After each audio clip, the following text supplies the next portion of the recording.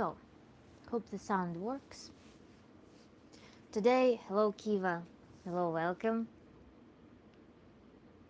Today I decided to just conduct Q&A and perhaps discuss the meditation that we did at the workshop. Thank you for sound check. And in terms of day today, oh my god, I just finished, I don't know, probably 5-hour long gardening session. It was super crazy. I was remodeling the whole thing and just went to take a shower. And when I took a break and I'm like standing in this warm water, my only desire was to go lay down and in that garden just stretch and lay for many hours. Mendoza, hello. Thank you. So I'm a little bit tired, let's say. But I will gain momentum very soon. So for people who are joining, I am conducting Tantra Q&A and probably will wait for some people to join such that we can have a conversation. Laying down in the garden is relaxing. I do the same sometimes. Yes, I designed that garden specifically for laying among the flowers. So there is an area I made with the little like wooden tiles. I made those curly things in which I planted flowers. And so it will become the area where you can lounge in many different ways. That's my idea. And then I also today replanted huge rose bush, which is also tricky because when you're replanting roses, they're all super thorny. And they also have roots that are like 1 mile long underground and super thick. One root was like this thick. So, oh my god, I wanted to replant it because I like amorphous shaped gardens. They were kind of like growing in line, roses. But when you plant everything parallel, perpendicular, it's kind of a little bit obliging because it forces you into embracing something like of an English garden, or just leave it as, well, it's just straight line. But English garden requires a lot of discipline, it requires a lot of resource, it requires a lot of structure and maintenance. So I decided to go with amorphous garden. I turned into all of those shapes, and also I had a little bit of plant nursery going on. I planted marigolds and pansies today, but the weather is going to hit them hard. And I also replanted lavender bush. I also need to buy a couple of hydrangeas to plant around the deck. Oh my god, how I love doing this. If you only knew how I love doing this. But then hours go by and then I come inside and I realize to what extent I'm tired, because I don't notice how tired I am when I'm doing it. But it's so amazing. So, alright guys, yes, well, it's nice, yeah. And then in summer when there's like moist grass, aromatic flowers and roses. Oh my god, how beautiful it will be. I also put cypress there, or not cypress, I don't know, it's like, I forgot how it's called, but it's basically evergreen shrub that goes like closer to the ground. That after rain in the sunshine, it will be such an aromatic, beautiful place. Oh, I love it already. Lavanda, yes, I love them so much. Happy Friday, Rich. Hello, Chiron. Today's topic is Tantra Q&A. And I am working hard in getting myself back into somewhat of an energized individual. I prepared frozen tart cherries. Actually, they're super nice. Tart cherries and mint tea, and we're going to do it. So, questions on Tantra. When more people join, will be fun, probably. Yeah, I am living in the USA, yeah, but not for much longer. I'm going to move soon, in a week. Maybe what's it gonna be? Yeah, in 10 days, probably. So, That's the deal.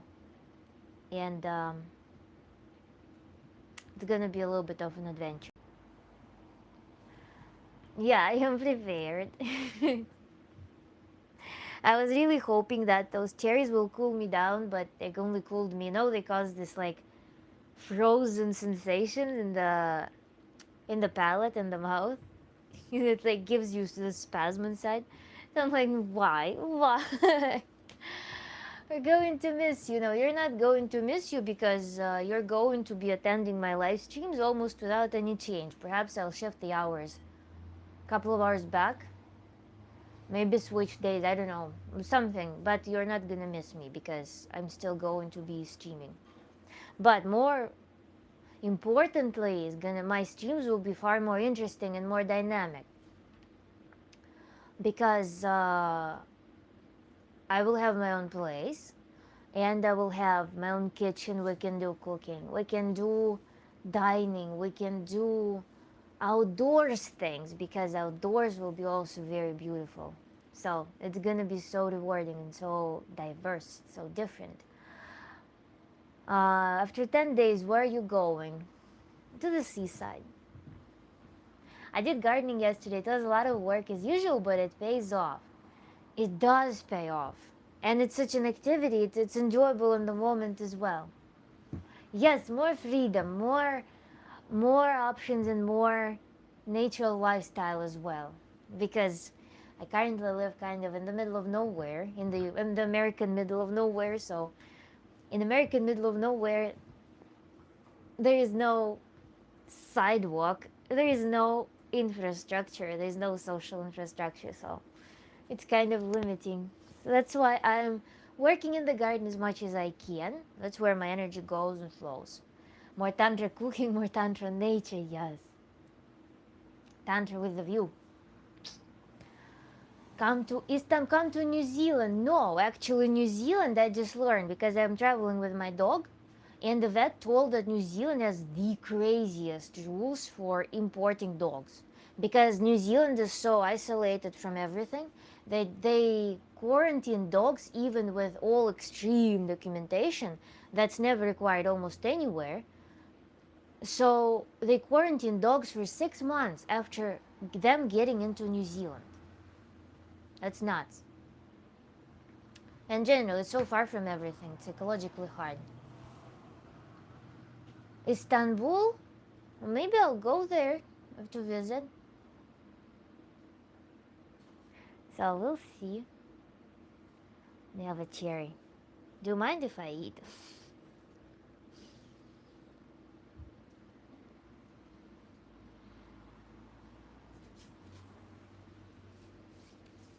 Kiva. Yep. We've got a lot of things in common, I think, so that we can discuss. And I know it's habitual we have lecture in the beginning, but I just don't vibe with the lecture today. I feel like we had such a loaded topic the day before on Wednesday, and we had pretty intense conversation yesterday. I just want to focus around people's questions today.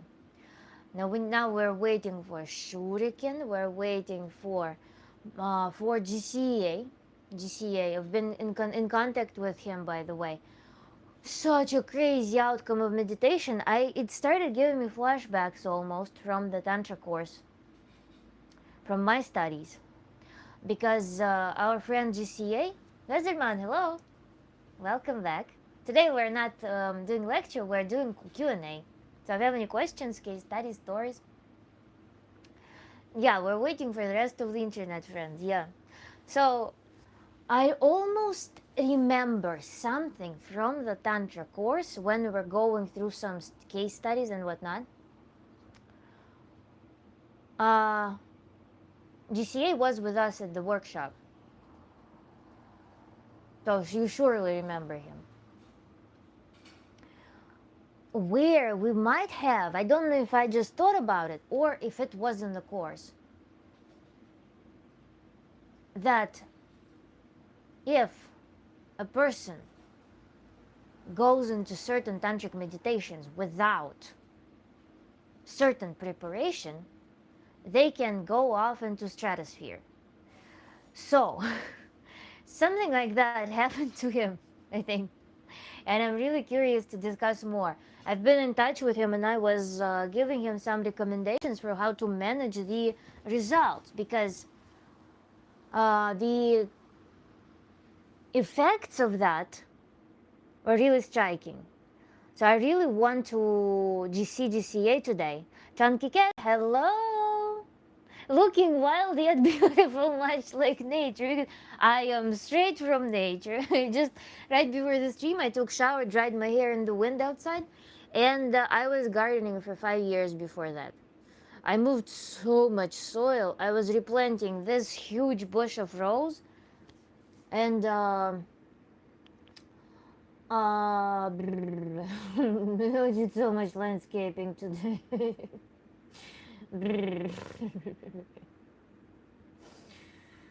I would really want to do this, like, boink, and get my garden to its blooming stage when it's already bloomed out and the grass is all sprouted, such that I could work, take a shower, and go back and lay in the grass and cool off afterwards.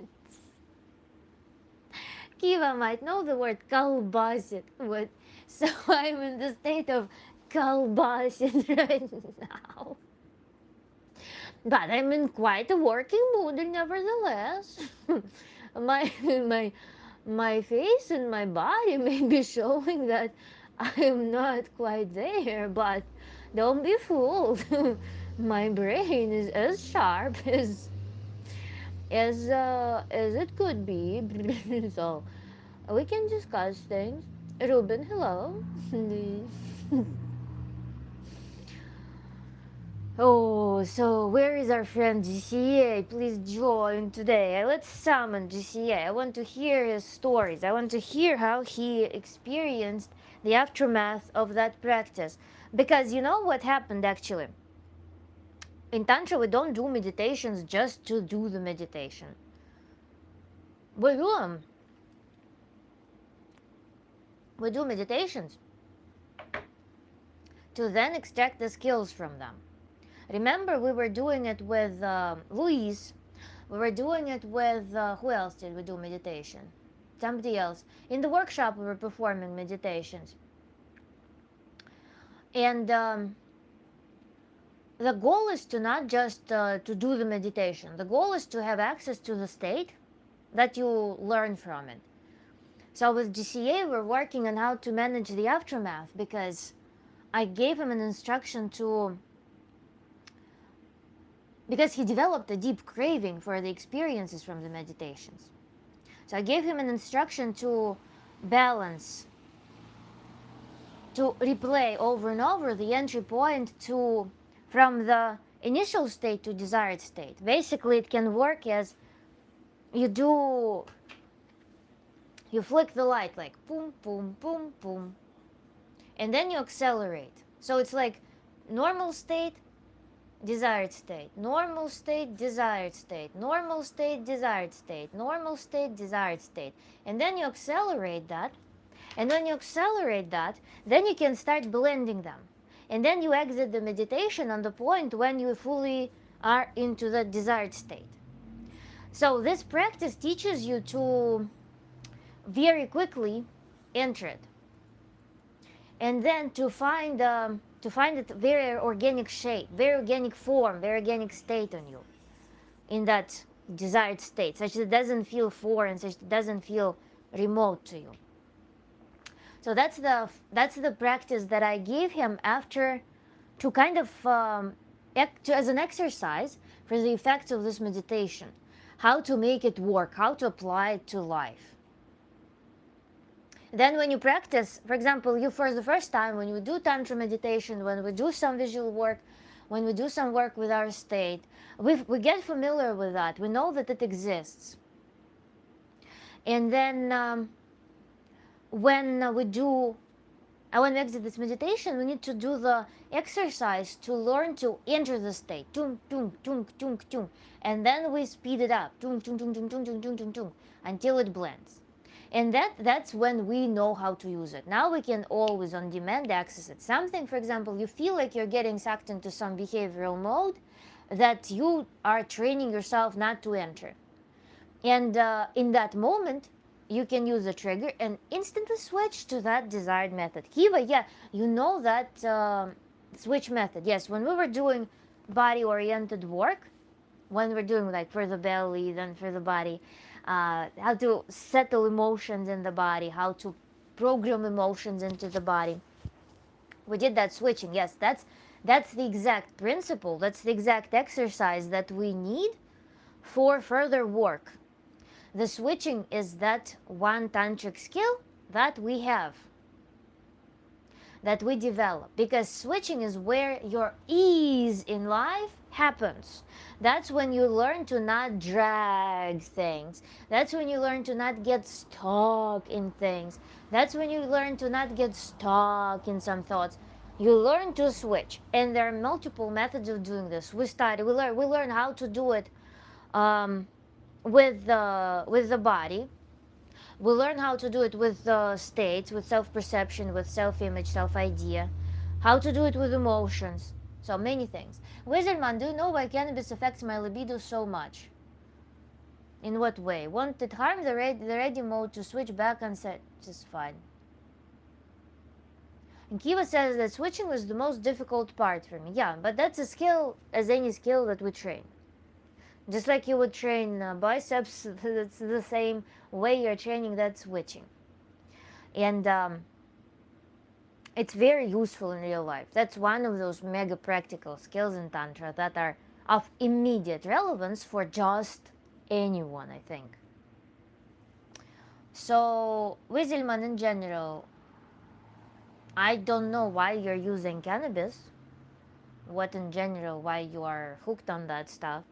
I don't know what's the purpose of that, but it can, if it gives you relaxing effect, then it's likely that it brute forces you into relaxation, which allows you to be more in touch with your body. With practice and patience, I did get better. Yes, amazing. And then it's, what's cool about it is that it's instant gratification almost. Because sometimes, if the mood is kind of yucky, then if you practice switching, you want to be like, okay, I don't want to have this yucky mood. I want to switch it to a better mood. And so you switch it and you get flooded with positive emotions. You get flooded with hormones of well-being. So you receive gratification from that really rapidly. And also just a recognition that you managed to do something is also very pleasant. So it's the skill. Brain in general, brain and psyche, our senses are not so inert. We can train them very quickly. That's the beauty and the efficiency of Tantra. Because when you know which buttons to press, when you know how to combine as many stimuli associated with new skill, that's when you are able to achieve results very quickly. Because again, psyche is not some organ. It's not like when you have, for example, a cut on your skin. Where do I have a cut? I have plenty of cuts. I was replanting roses after all. So when you have like a cut, it takes several days or maybe a couple of weeks to fully heal. And then forms a scar. It's a very material thing that requires resources, that requires, oh my God, that requires, I have a prick in my hand. I need to remove. It requires a lot of resources to actually heal something. With brain, the systems readjust very rapidly. It just takes maybe a couple of days to solidify a mental skill, understanding of something. And I remember doing science also, that's the same thing, exact same thing. At first, you have this evanescent, very hard to catch understanding of something. You're learning some new law, you're learning some new principle. And you kind of feel like you perhaps understand it. It kind of feels like maybe, but at the same time it appears so complex that it's almost you cannot fully grasp it. But then in a few days it becomes the easiest thing on the planet, almost to the degree of frustration. So easy. So that's the beauty of cognitive work, the psyche adaptability. It happens very rapidly when you know where to press and when you actually show up. Because if you sabotage the mere idea of trying, then nothing will happen. Roses never go easy when gardening. Exactly. Agreed and very cool. Let me grab a tweezer and I'll be back.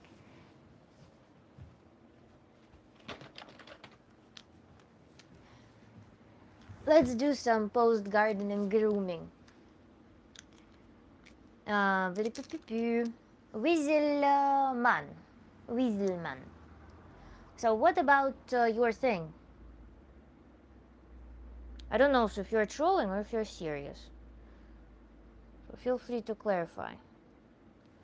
I had a weird dreaming while I slept listening to your live stream about many walking trees guarding two lovers, each in their inner stumps. What?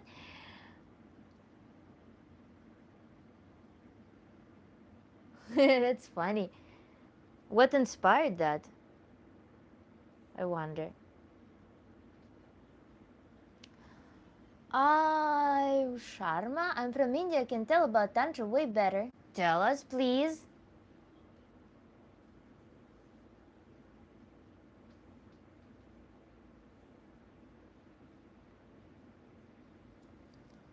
How long are you in USA? Will be 10 years this year. I'm serious. I'm prescribed okay. And how does it affect your libido? You didn't clarify. You didn't specify what exactly happens. I just made a hypothesis. Everyone is dreaming, yet I still have yet to dream. You can do this meditation again, Kiva. Before bed.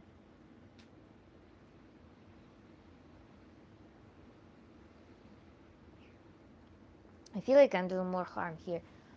What you peeling off? I'm not peeling anything off. I'm removing a thorn. I was replanting roses today, and I guess I got something in my hand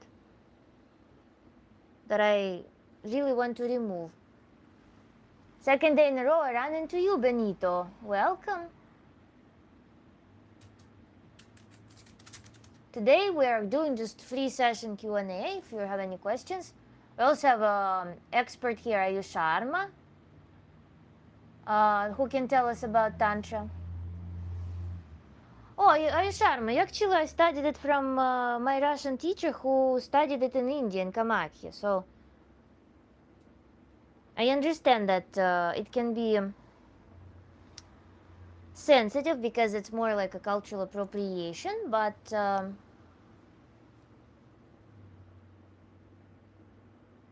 it's not. Do you sport? Do you mean fitness or what? I always think about food a lot. Does it bother you, Benito?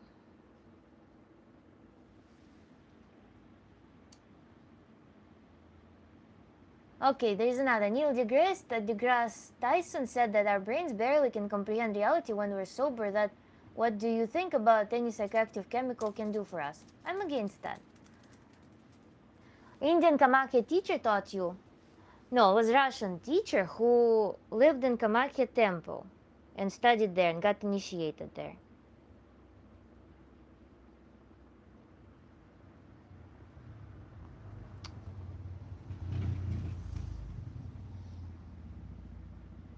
Yeah, expert in chat. Yeah.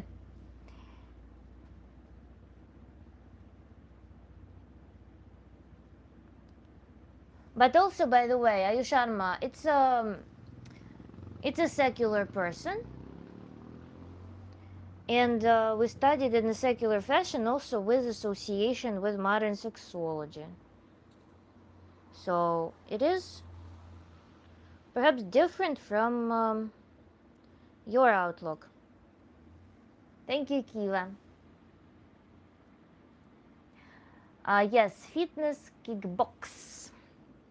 For the past probably 8 years, I've been doing the same fitness routine pretty much with Cindy Crawford, but not her original tape, but the second one.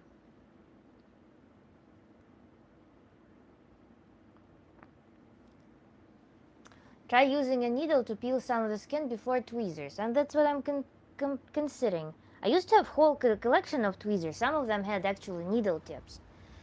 These ones are a little bit dull. It's like difficult to do them.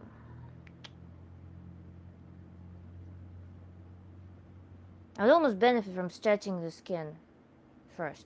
Well, I'll ask someone later to help me. I almost forgot to buy the hair products. Yes. They should be pinned to somewhere. I don't know if they're visible.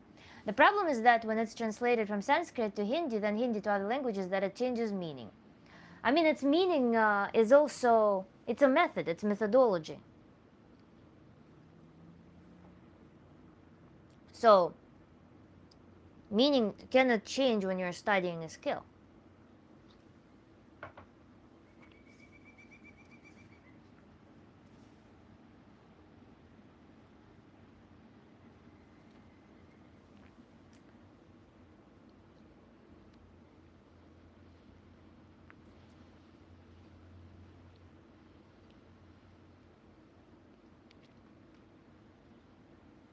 Oh, nice. The product is visible, yeah. Super deliciously smelling hair conditioner. Amazing. I think I do Tantra a lot. I've been scared that it was bad for me. How can you do a lot of Tantra? Can you elaborate? Then we have, we're not discussing religious matters. Going from ready to not ready.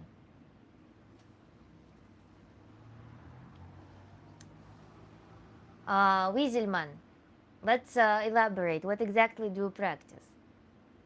Do a lot of Tantra, like 16 sessions?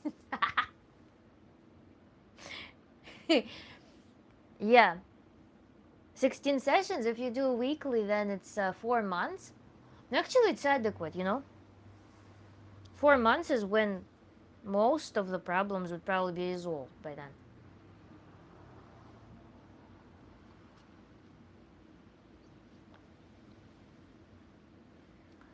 Thoughts on perhaps the body entering meditating state while sleeping. Is that a thing that is common?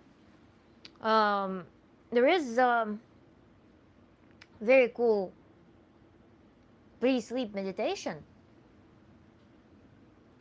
that will be on my website, that puts you in meditative state prior to falling asleep. So you're falling asleep from a deep meditative condition. Super cool experience. And sometimes it can be such that it can experience of meditation can kind of proceed into dreaming a little bit, but then it puts you in deep sleep anyway. So I don't know. Kamaki Temple is 200 kilometers from my home. How fascinating.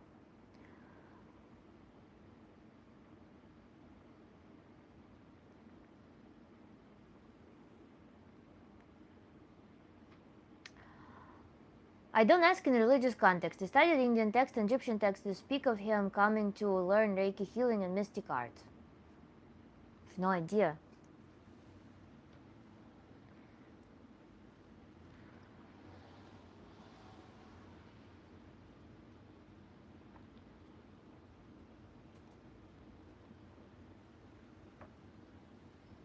It's the question of belief.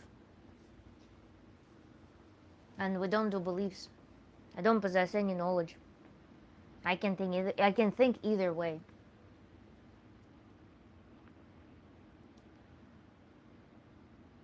Basically, deep meditation sometimes shows future events.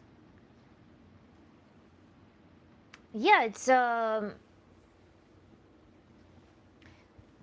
well, in a lot of meditations too. With Kiva and I were discussing.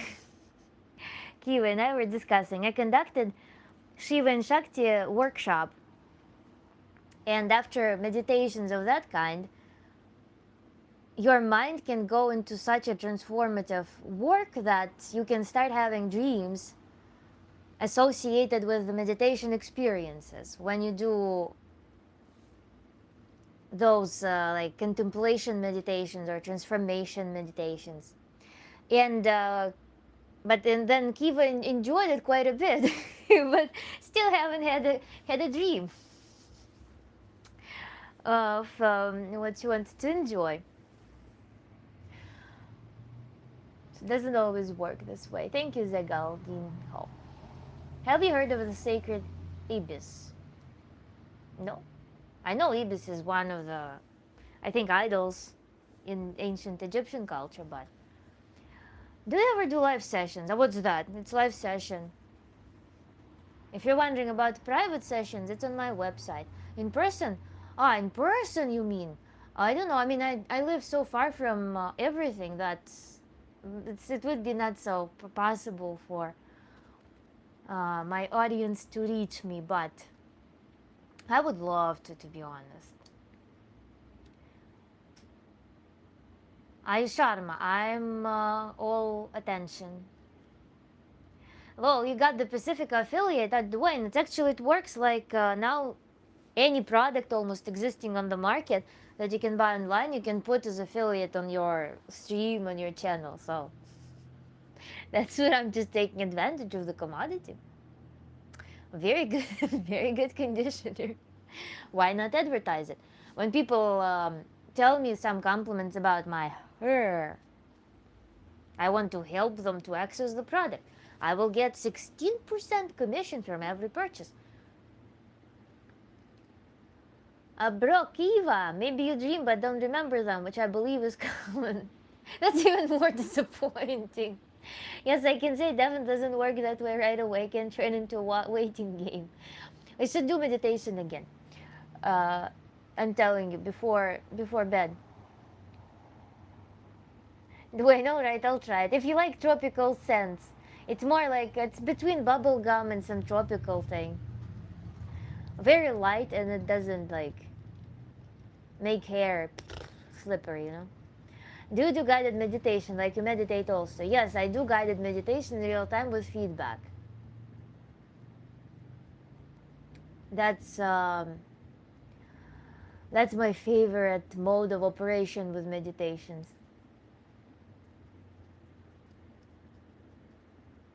Yeah, with no libraries, just in bed before bed, because now you know how to get exactly to the destination. You can deepen it so much if you are without any distractions. And now with knowing the method, knowing that you can do it, when you don't have any like self-doubt, like whether I'm doing it right and so on, you can do it so deeply, Kiva. Oh my God, maybe different level. Then we have practice celibacy and try to meditate in deep silence before sleep for 1 hour. You'll see future events in sleep. That sounds very cool. Um, in general, meditation before sleep is what a practice it is. When I don't do yoga nidra, it's fantastic.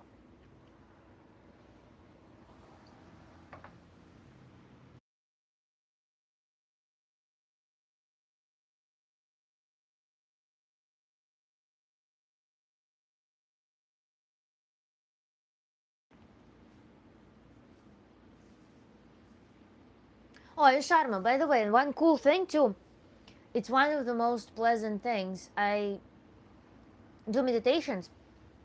I love scanning in general. I love scanning inside of my head. I don't know if you do anything like that.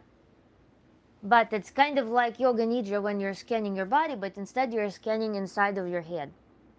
And how delectable it is to go between your eyes, somewhere in depth there. Oh my God, it's amazing.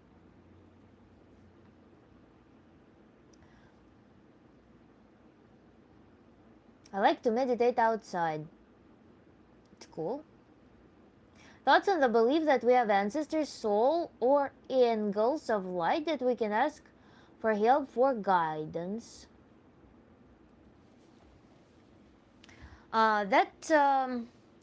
When you are imagining anything, it all exists in your psyche. You can only imagine something that exists in your psyche. Whenever it is something, some entity that you can come up with and so on, it's already in your psyche. You cannot per se connect with something that is unfathomable, that does not exist, already in your mind somewhere in some compartment. So you can surely use that imagery however you imagine it. Perhaps it represents some archetype for you, perhaps it gives you some association from deep childhood, whatever. Maybe you saw a photograph of someone there and then, and it left an imprint on you, their demeanor, the projection, and you build associations with that person the way you understand that person based on their visual appearance.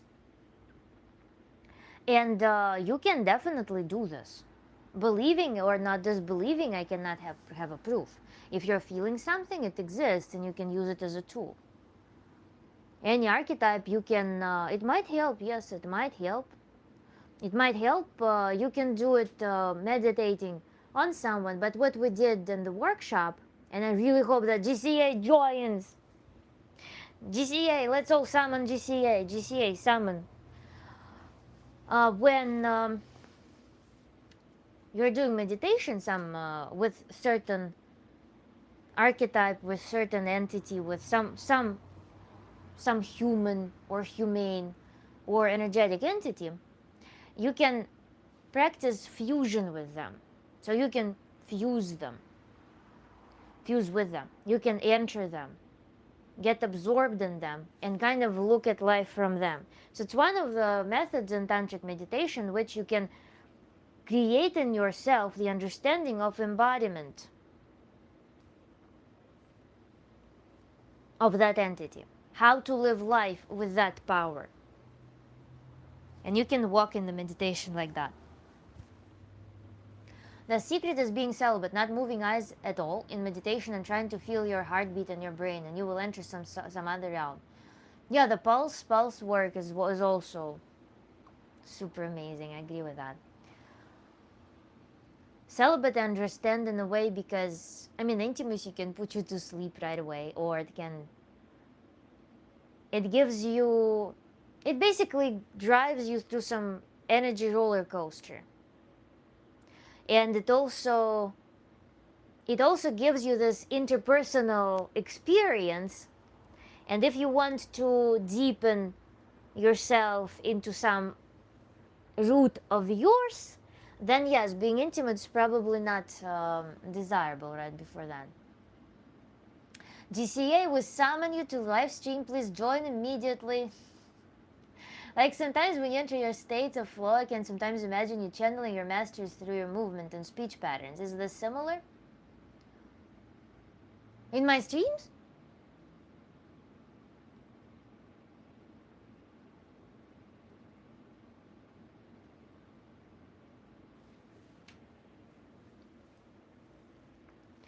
I don't know. It's I don't focus on any entity in those moments. It's something that I already exercised well enough that it became organic for me. That's how I describe it.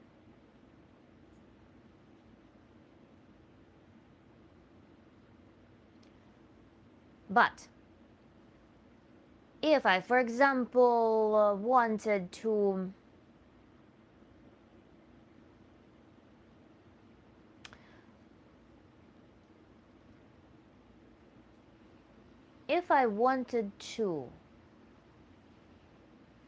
I perform this practice, but it's not in proximity to the live stream usually, which would be fun to experiment perhaps. I usually, in general, change my personality frequently. I upgrade it often because there are always things that are not working. So as in yesterday's stream, I was saying that a lot of things in life, they like show you the dysfunction. So you constantly are facing the need to upgrade something because why am I frustrated from a simple futile thing? What's that?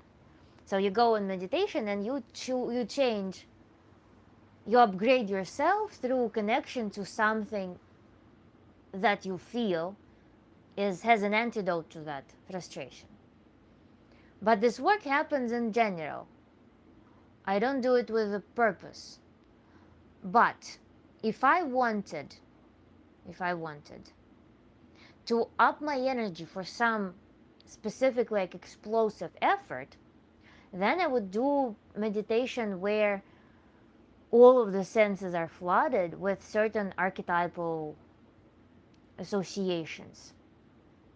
But that meditation, if I don't have an like intention afterwards, some very high energy intention, then this meditation just puts me in frustrated state because it's so much energy I can't handle it. Yeah, being celibate makes your sexual alchemy or the 7 chakras to rise, and there is a way to do it. You need to focus on that silent frequency in your ears. Aisharm, I'm actually not sure that I could not move my eyes at all. I feel like I could only achieve that state not from on the shore of the meditation, but deep in the meditation. That's where it might happen. But forcing the eyes to not move, unless I lock them like this on the somewhere like in depth in the third eye, which will keep the eye muscles tense. That I can imagine that they wouldn't move. But if I just have them relaxed without working with eyes to focus on somewhere, to aid in this sensation of focusing somewhere, I don't know. Oh, Boże, I actually have the urge to write. It's cute. And it will start to rise. I'm taking notes. This is good stuff. Chunky Cat, cool. Welcome the club of notes.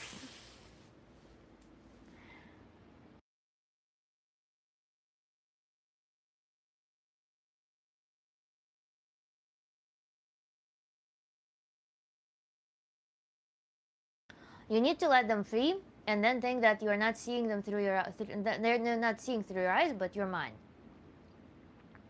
I get that, but then again, I feel like if I imagine that state, I feel like I need to kind of lock my eye muscles to make my eyes kind of focus somewhere for that.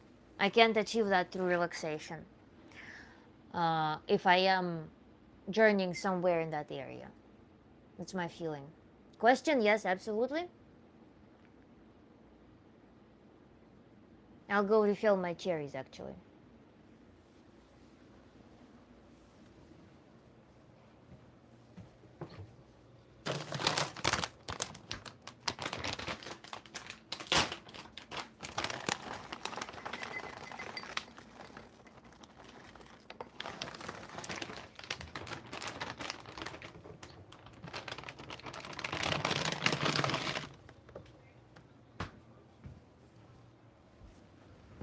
Whoop. Should I or should I not write? If you hear something valuable, good to have something to scribble on. So she's got sweet tooth today. It's tart cherries. They're almost non-sweet. They're sour and very cold. Yes, Kyron, I have a dog, GMO wolf. In that realm, once you start the entering,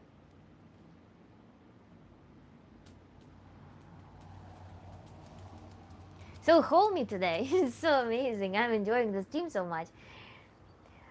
You feel like you'll feel like a roller coaster with closed eyes.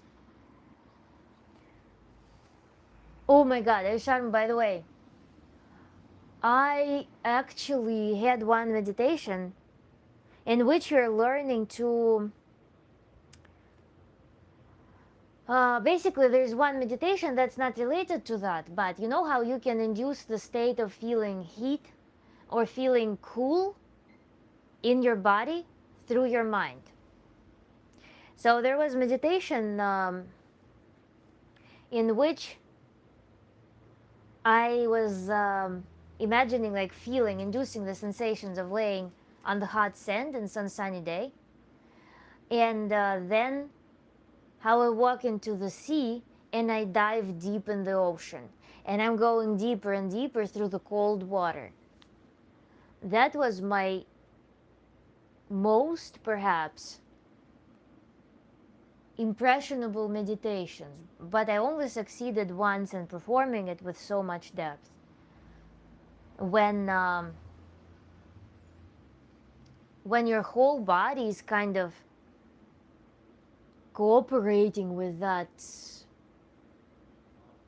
vision of floating in something cold that keeps you in this toned state.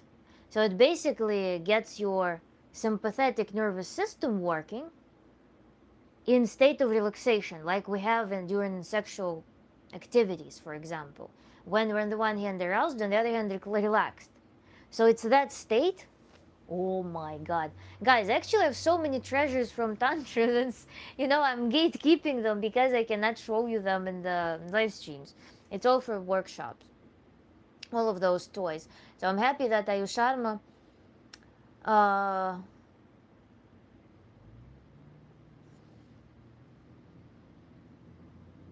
is on the other side of that fence. So, but it's so when your body starts to warm up, that's when you are starting to enter. But it's very tiring after that. You do need to keep continuing. I know it's probably. I mean, this one method that I know of, this fire breathing, when you do kapalabhati, hot kapalabhati, for that. Technically, it's heating, but it won't warm you up so much unless you are actually connecting with your mind, unless you are focusing on induction of heat. I think in this practice it's essential. But the practice that we were performing was actually devoid of cooling or heating breathing. It was to practice the mental component alone, how the mental knowledge of this cooling and this heating can activate different states of your nervous system, and how they can make you like flow between them. We often fall asleep just after that, but we need to be awake constantly. I actually thank you for inspiring me to do this ocean journeying meditation. Deep ocean diving. My most recent, by the way, meditation that I had, I did the visualization warm-up, and then remember how we did in the workshop, I went on a path. So I just was envisioning the path. And it was so interesting there. I did not force anything, so I was just like journeying. And I looked, and the field was gloomy sky, like promise of thunderstorm. And the field, just like yellow crops, yellow dry crops. They're like, hello, Morris. So yellow dry crops. My focus was on the left, specifically on the left. Then there was no trees, nothing in the forefront, nowhere. But if I looked behind, there were trees and there was sunshine on the back. But my mind was super craving this cooling property of this pre-storm state of nature with open horizon, nothing on the horizon. And then I'm like, okay, if I keep walking, what happens? And I started unfolding the path that then split. As in my consciousness, there was a path that was left path and right path, but not in the middle. And the path on the right surprisingly appeared as it was lit up. It was very warm. There even were some like bugs on the ground. Low grass, everything's golden and lit up. Path on the left is cool, stormy, and gloomy. So I'm like, I walk in that and I'm like, I got appeal to this right path. And then I was experimenting. What if I'd go on the left path? I go on the left path, and all it causes me to do is to lay down, and then it kind of absorbed me, and I don't know, regenerated from that, and I go on this right path with golden light, and I'm walking. And then I decided to experiment. On this meditation, when I'm going to the right on this golden path, I don't want to be going to the right. I want to center myself. How do I center myself? Because there's clear imbalance. There is part of my mind that has this left path, gloomy, cooling, restful, passive, and there is right path that is sunny, that is dry, that is golden. So I'm like, that feels bizarre. Let me center it. So I'm centering myself in this meditation. And what happens is that the path widens. It's almost like it curls down at all times, like you're walking on a globe. To such extent I was greedy for the horizon. And I developed a path, and I developed the pace, the speed of walking, the rhythm. That was very comfortable, and just kept walking. And then eventually the flowers started coming. Eventually some life started coming, because before that I didn't want to have any life forms on that path. So I keep walking, walking, walking. I didn't want, my urge was to not have any people there, nothing above me, nothing in the front besides the path, and just have the walking, walking, walking in this steady, rhythmical way. So that was my desire in that meditation. So it was one of the recent things that I practiced.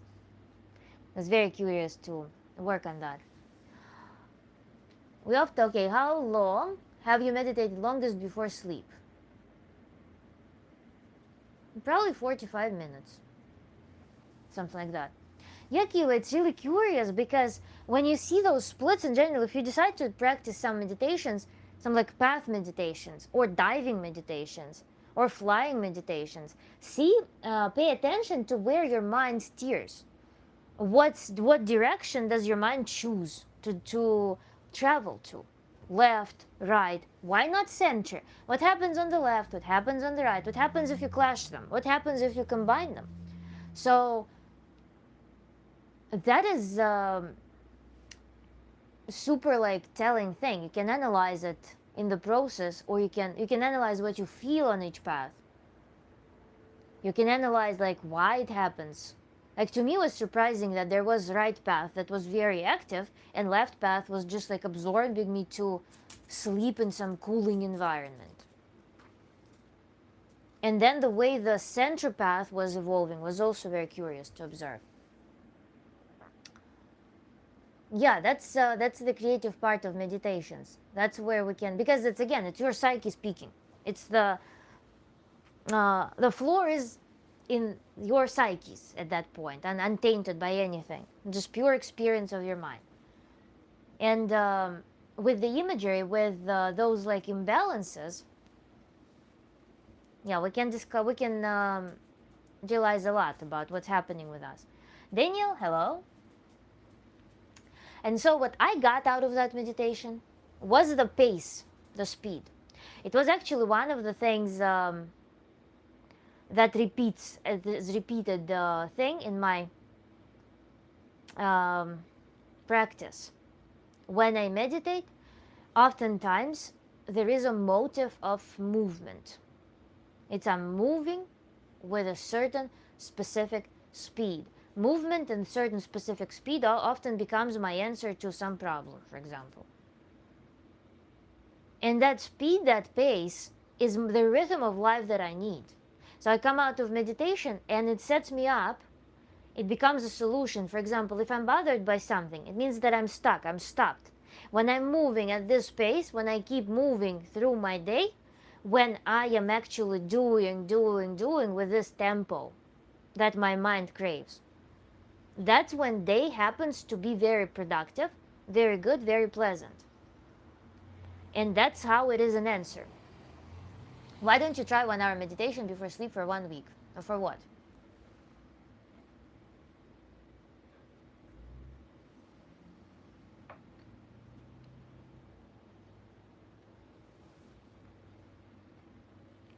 Then some other meditations, by the way, I do. I meditate every morning. I wake up and I reconnect with my body, with different body parts. Connect to the pelvic floor every morning. I breathe in it and I make sure that I'm relaxed everywhere. And I do the same before bed, typically. So that's one body focused meditation that I perform right after waking up, and it's not like something forced. It's not something that takes million hours to perform. Easy to incorporate, just while you're in this in between states. Sometimes also in the morning there is some element of stress, because it's like, boom, I woke up, day started, and it's easy to just lock in. So this practice to me is to start the day from a relaxed point. as opposed to just start the day like, where's my phone, what to do, check email, check this, check. Instead, I take a moment and I prioritize myself in that moment, my comfort.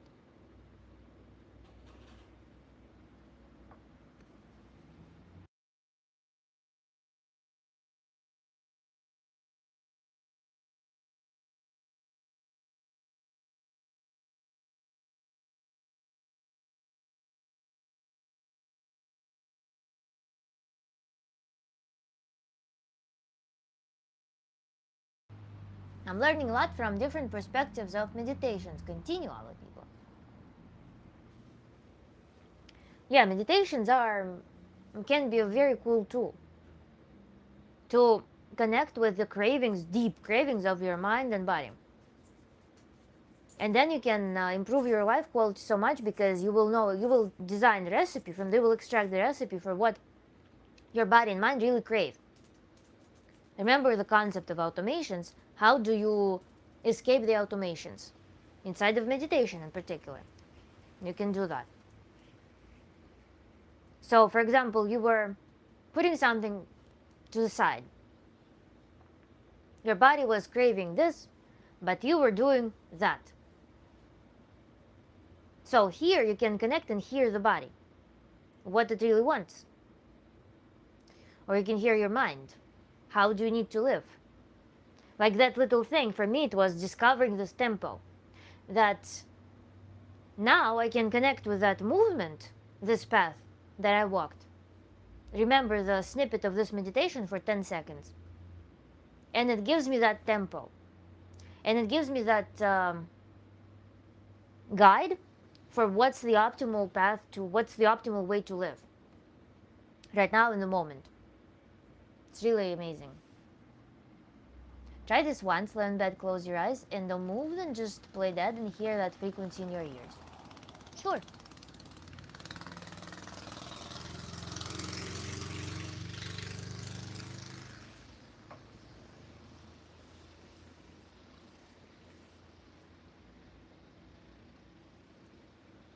For all new people. It's 4 a.m. here. I need to meditate now. Subscribe. See you later. Enjoy. Thank you so much for your experience, for sharing your experiences, and enjoy your practices and your sleep.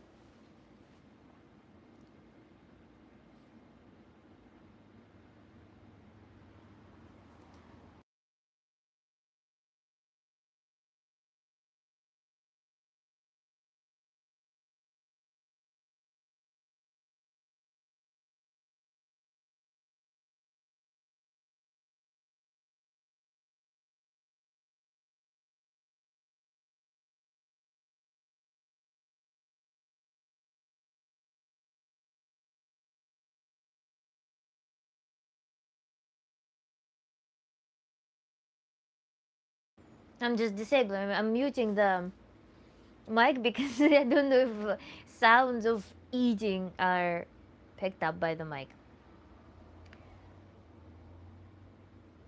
But I can shop.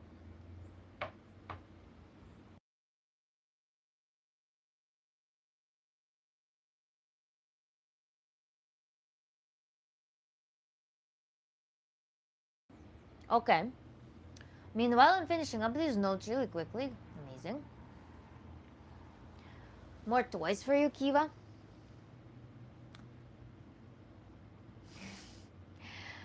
So you have ever been in love? I'm always in love. I am in love and love is in me. Amazing. If you were in Star Wars, would you be a Jedi, Sith, or bounty hunter? I never watched Star Wars. I'm not in the lore. SMR says sweets. Thank you, Dabjen Rija. Are you Russian? Yes. These guys seem like hot dogs. They don't think they would care. Which dogs? Which guys? Hugging and kissing for a long, long time, that's all. Okay, all good now, Kiva. Great. We had, actually, check this out. Full moon apparently was a thing.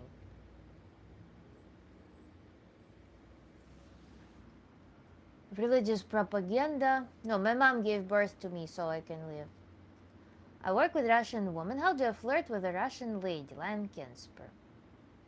Are you sure you want to flirt at the workplace? I mean, it's not, might not be the best idea. If you are not willing to forego your job, I would not be flirting at the workplace. Because anything can happen.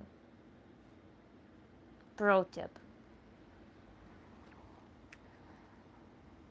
I was just asking because you seem to always analyze things. Because I'm Tantra coach, Tantra therapist. Of course I need to analyze. I mean, it's my work. It's not my... I mean, analyze things also is very useful because sometimes you cannot love from your authentic place because you have a lot of crap on the way to experiencing life purely. And analysis is this very good thing. Very helpful to be able to experience things in an untainted fashion. Shuriken was right, yeah. Full moon, colorful characters, yes.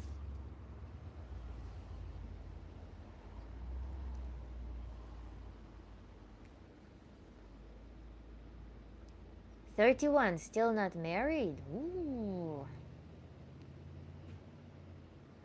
I don't know. How much time did you spend studying English? Hard to say. My English was absolutely horrible after 10 years studying it in school, but then it rapidly improved in the course of 9 months.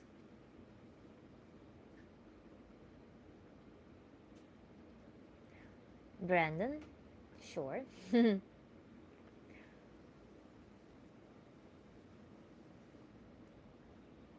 The eyebrows, yeah.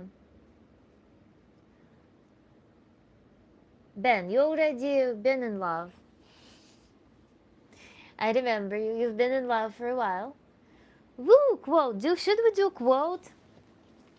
Let's do a quote because my book is already getting covered in dust. Wow! However, the charge against Lepida was attempting the life of the empress by magic and disturbing the peace of Italy by failing to keep her Calabrian slave gangs in order.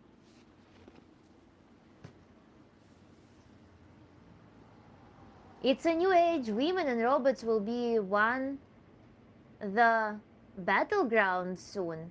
What? What? What are you talking about? Cabell, haven't seen you in a while. It's been so many uh, deep topics and without you. Elaborate on your statement. What did you mean? Thank you for your gift.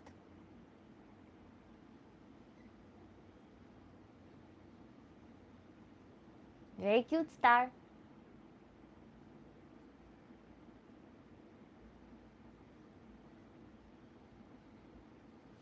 Where are you from?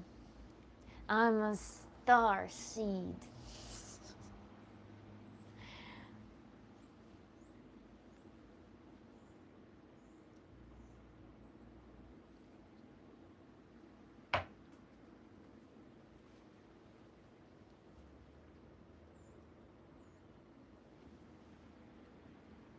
Thank you, Chunky Cat.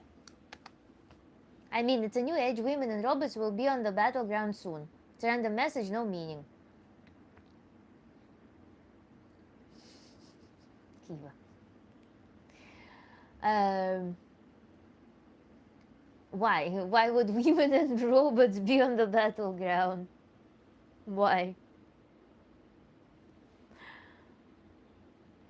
It's indeed very random. I need clarification. Oh my god, Brandon.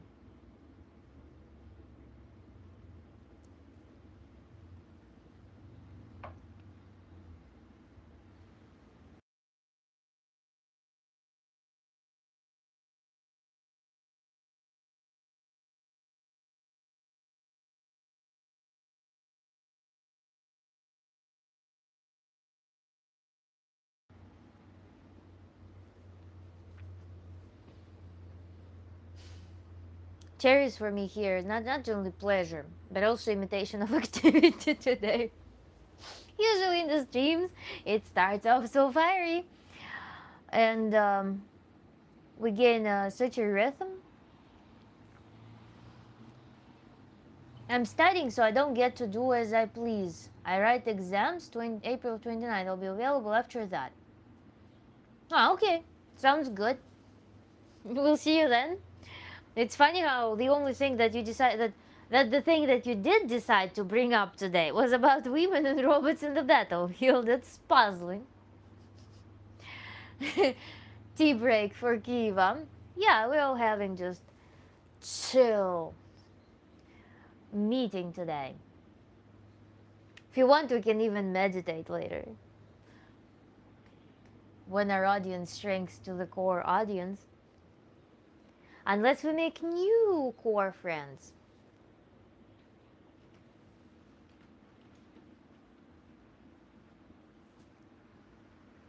Who will need to bring to speed.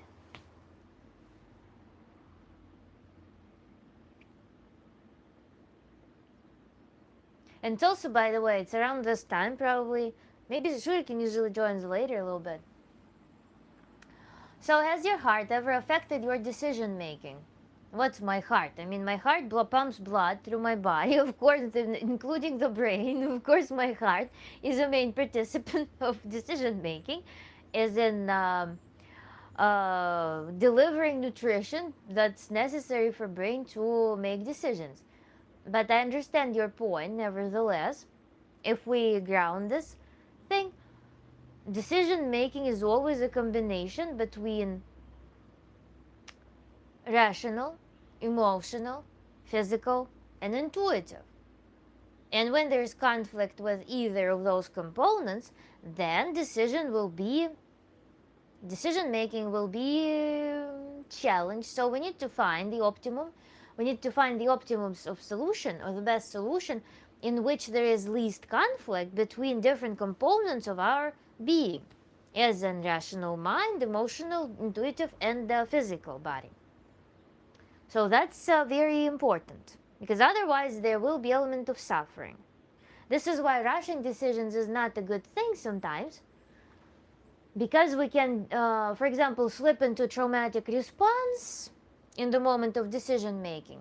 And traumatic response can be like, oi, I no longer hear what my body has to say. Or, oi, I no longer validate what my emotions have to say. So, when a decision is rushed, in some scenarios, it may be the most purest form of decision making, but sometimes it can lead to stress and to traumatic reaction, as opposed to integrated, nice, embodied, wholesome cognition with body, with emotions, and everything being felt and experienced. That's why decision making, in my opinion, should be approached not as just thinking, but also experiencing the decision, which also meditation can help with that. Meditation, or even heated discussion sometimes. Heated discussion may show certain things that trigger emotionally, something where body and mind don't agree. So sometimes making a huge debate with release of energy can also aid in decision making. Madam, usually she joins later on, and same with Chad. I don't know how this is HIMOC pronounced. Yeah, as far as people come, you're really down to earth, ground and fine. You imagine that's because you spend most of your time teaching about Tantra. It's I don't know. I worked in academia, and academia work involves so much. It involves so much work on getting yourself comfortable, because twice a week you're presenting, and all of your work is being put through so much criticism.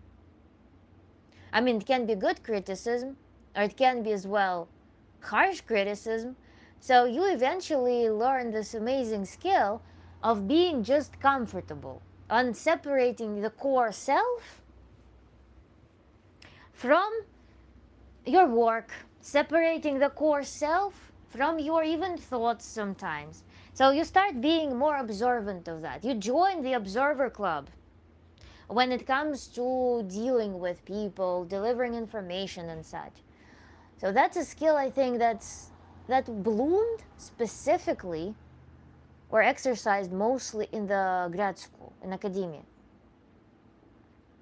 Because when you are shown that this is bad, this is stupid, that could be better, that could be done better, this could be done better, okay, you put a ton of effort to appreciate it, but it could be done differently, there's a mistake, la la la.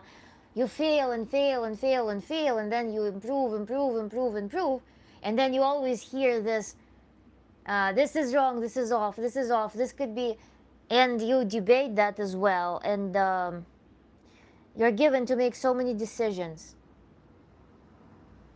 that eventually you just like becomes your adaptation. Luis, woo!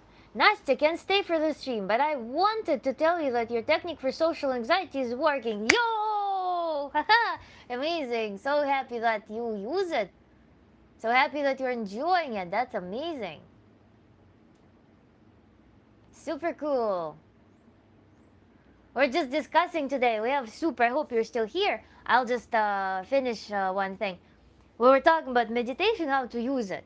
So I really hope that you will be able to join some maybe workshops or some sessions, because there's so many fun tools, techniques, and practices and ways you can use existing learned meditation for further things.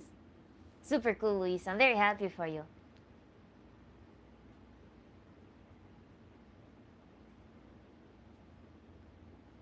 You eaten 2 kilograms. No, no. Ruben, everybody have a blessed Friday. You too. I tend to float often away in my mind. Chunky cat. Now that's might not be bad. I don't know if it's bad or good. I mean, why do you have negative connotation when you're stating that or not? MC Boltron, are you a night person or an early riser? I'm both. I would be in an ideal universe. I would be both, because I love nights and I love early mornings. But nights are not long enough. Um, and I don't know. I'm too excitable, I think, to sleep for a while. I got better with that. I used to not be able to stay sleeping for as long as I wanted, because I had anxiety in the past that would keep me up. Even if I'm deeply tired, I would be up at 7:30 every morning. Then I somehow, actually after Tantra, somehow I started being able to sleep when I need to sleep. But at the same time, I super love morning hours. There's so much freshness, but it also depends where I am. Again, right now I live with relatives, so it's like morning. We try to kind of sync such that they have their own intimate time, and we have our own like time, such that our hours are a little bit shifted. So that's why I'm tending more nocturnal right now.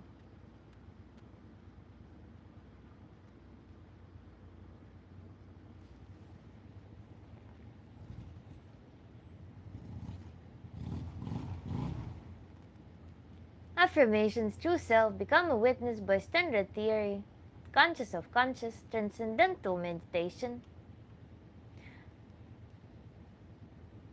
Even though this is Q&A, I still like the fact that it doesn't interfere with notes, still learning more each time. Yeah, I never know. Never know what will be provoked. You know, it's also why I like interactive part, is because when we do interactive part, I get to think outside of my, let's say, outside of my prepared script. I tend to think outside of some railroad that I drew for myself. And that is very cool. That sometimes results in some gems.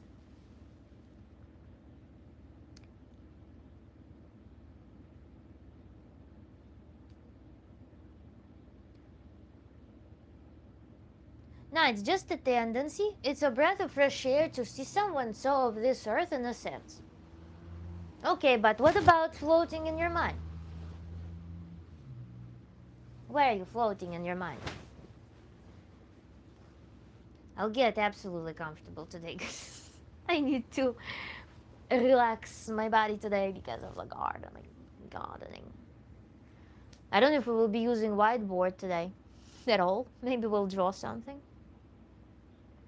Thank you, Kiva, for a star.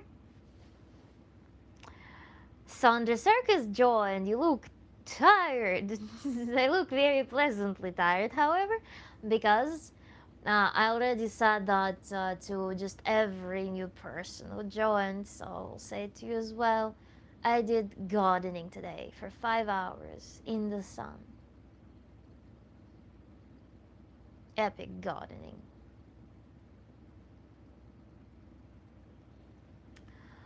But I am physically tired, not mentally tired. So feel free to ask questions. You see, I'm even laying down for the stream. Let me drop the camera down. Whoop.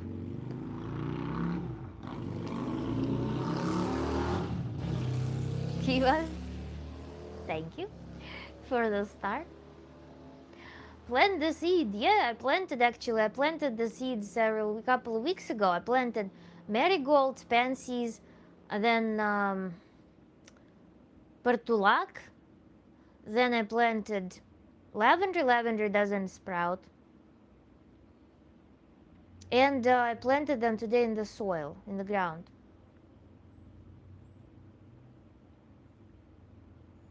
You can chew on mic, won't report the channel. I don't know. For example, sounds of eating are so bothersome for me unless it's my dog. My dog, I guess, has small mouth and it's like it's cute. It's like a baby. But adult sounds, oh, so I don't feel like doing it to people. The eyebrow thing tickles me. Which one? Wonderful. Haha. Wayne, hello. Hippocrates joined. Oh, these are so cool. Glamorous stars now. Star, because starseed. Oh, we're on the topic of seeds today, yeah. Yeah, Hippocrates. I think Brandon has ideas of other seeds. I know. But I'm playing my own game. So. Yeah. Planting those seeds.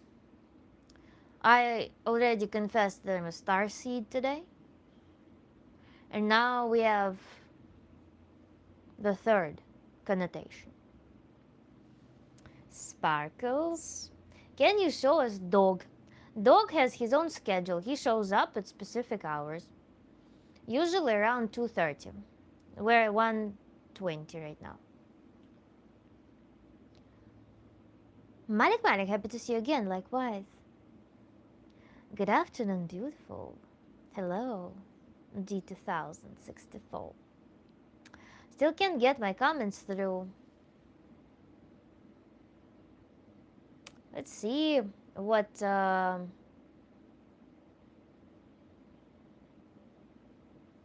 Oh, I found it. Well, guess I'm the only one excited about seeing equality in action for the first time. Trump is starting WW3 and women may have to be included. Okay.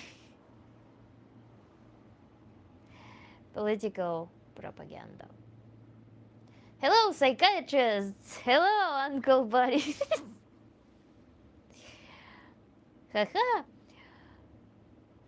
Look at this Earth Angel. Earth Angel. Earth Angle. Actually, that angle and angel, I used to confuse them. Angle and angel spelling. Co-host has his own schedule, exactly. He's the director of this whole thing. Inference of the congruence. What are we working on today? Uncle Body, we're not working today. We were working on summoning GCA because he's had some extraordinary experience as a result of my guided meditation with him. But other than that, we're discussing meditations. If you can see the board, which is not surprising, we have this today. This is our topic.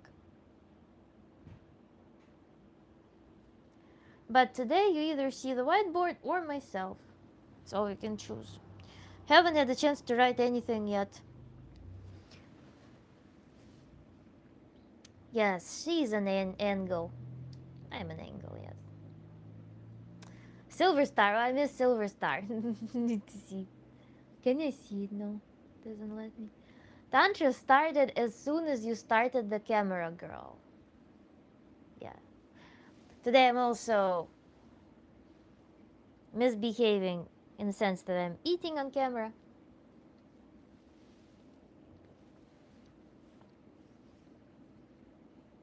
Thank you, Malik. The hair looks like it would be very hot in the summer. It's quite warm, but then if it's windy, it lifts up and it's not that hot. But I like to put it up. I just washed it right before the stream, went outside, dried in the wind, because we had this superb weather today. And I think tomorrow it's gonna be cold again, so there is some cyclone traveling with this super hyper mega wind. So my hair just dried in 2 seconds.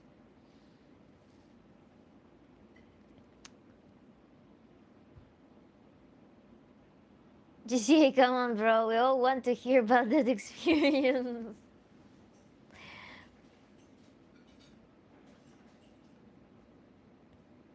Ooh, she looks like she can handle the heat. I can handle the heat. How about that one? Star received. Thank you, Kiva.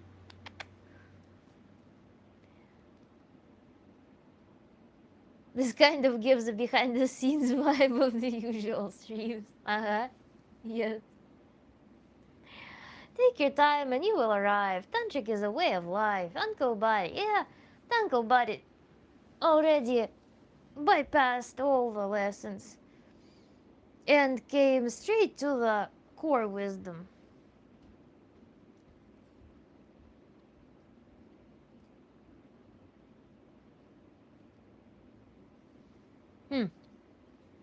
Since we're not working today, I mean, we will be. The moment. Oh, do you know of nationalism? No. So, today I ordered fabric. An insanely beautiful fabric. If you're wondering where your investments in my channel go, I ordered fabric that is pastel yellow. And it has pink sakura flowers on it. Pink and white. Oh my god, that fabric was haunting me for so long. And I finally got it. And I was so greedy, I got 3 meters of it. I don't know what it's gonna turn into. I hope I will receive it before my trip. But,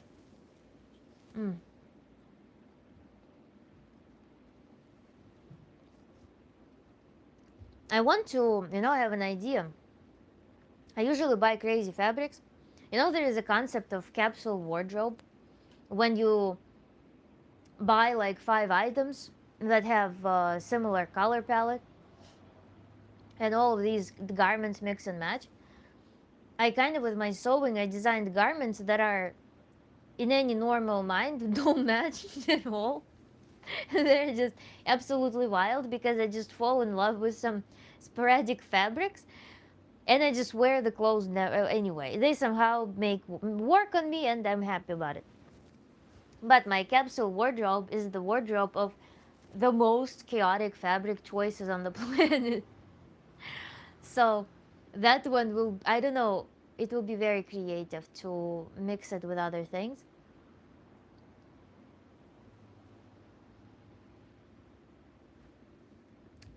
epistemic injustice. I'm eating pineapple. Amazing. Perfect.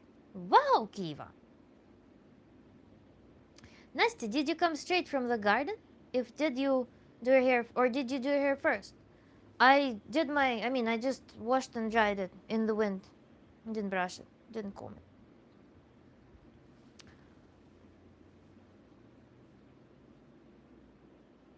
Pineapple, yeah, speaking of pineapple or ananas, buy Pacifica hair products, guys, since we're on the hair topic. Buy it for yourself, buy it for your women, buy it for your wives, daughters, granddaughters. Smells very cool, but fruity, not like, it doesn't have this like expensive smell of woody, herbally.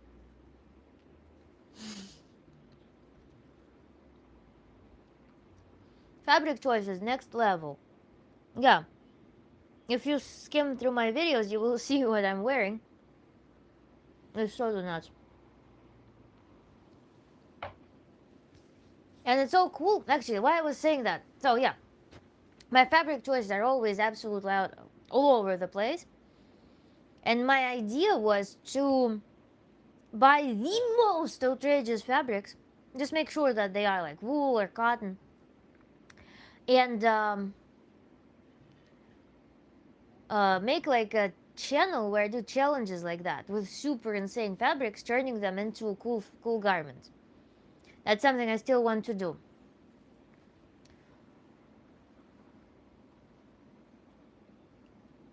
Perfect timing, yes. Advertisement slot. Remember, no matter where you go, there you are. No matter where you go, sure. A religion in which that liberation is achieved through engaging in co-creation with God, firstly, by studying nature to understand God's creative process before engaging in a creative process with God. This is exactly the description of what I believe in. Not believe, practice.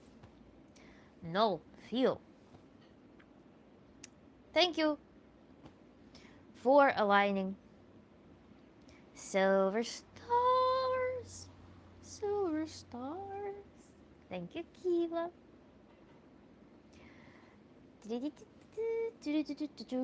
I need to also, I will be getting hydrangeas for the garden. I like when there are different tiers of garden. When it's like one plane, then second plane, then lower plants, and so on. So I will be adding that stuff.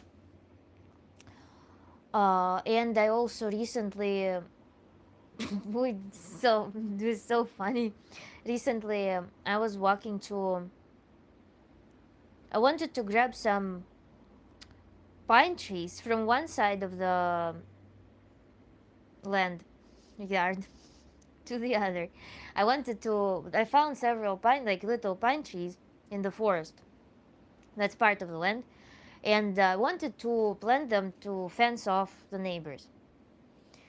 But part of the path goes along the road and it goes towards the cemetery. So a few days ago, I was walking.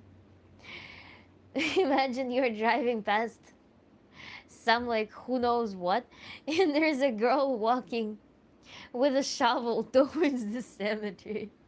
I just feel like it was pretty funny scene for people. But mission was successful.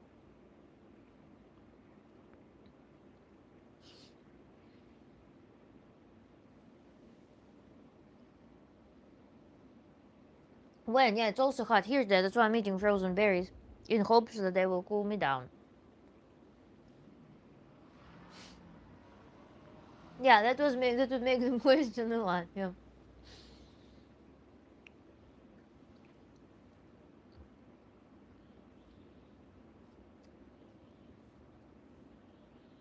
What do you mean? You're growing anything slightly? You're in really good form. What do you mean? How is it related? No, I don't.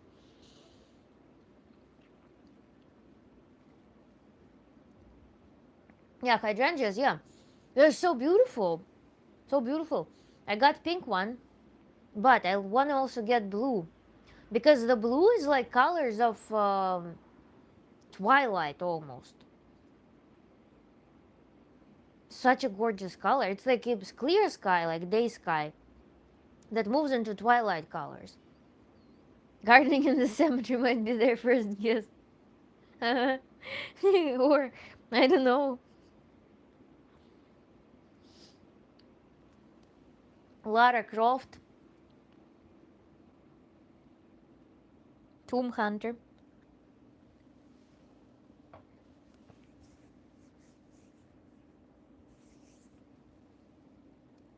You love Russia? How can I love geographic entity? Russia that I loved just doesn't exist anymore. It was stolen.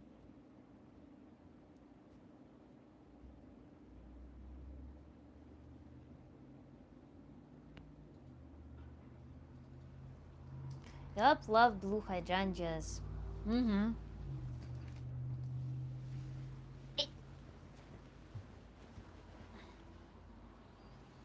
White ones don't tickle me for some reason. I like colorful ones. And also they have green variety, but then green is like too blended with leaves. Kind of like, they look like fake leaves. So I don't consider them, but blue and pink are my favorite. Oh, Brandon, let's not. Nah. I don't want to discuss it.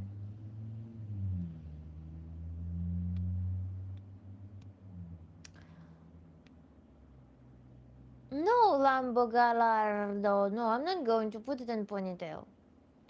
Better buy that conditioner that I'm advertising here. It's not there just for nothing.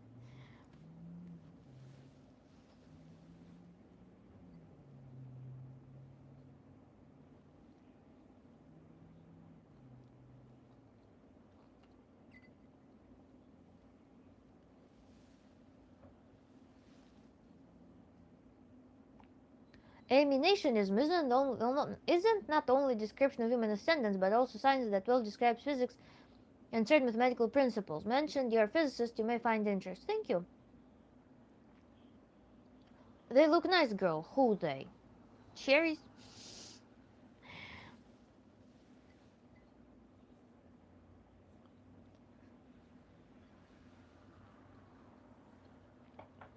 The store where I get these cherries from is the first store where I found tart cherries. Apparently in America, tart cherries are not considered as priority fruit. They sell them frozen. And cherries are actually sweet cherries.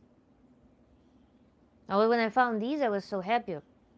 Because I only saw tart cherry juice before.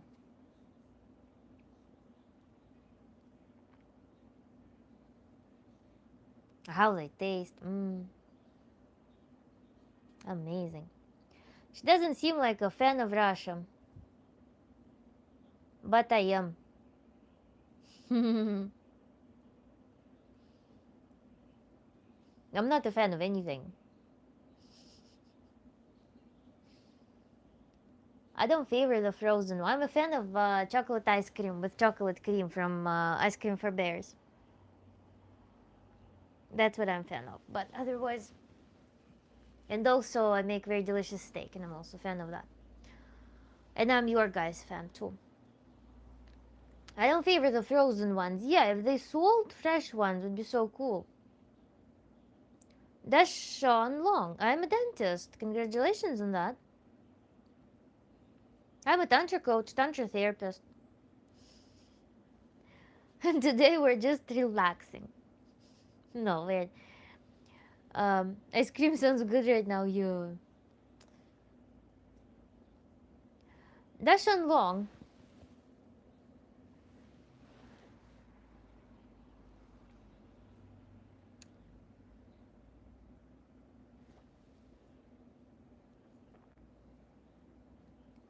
Leave the chat. Oh, let's do this. Whoop.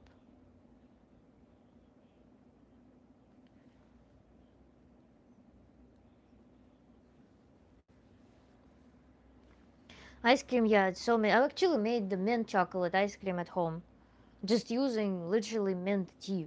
It works so well as a flavoring.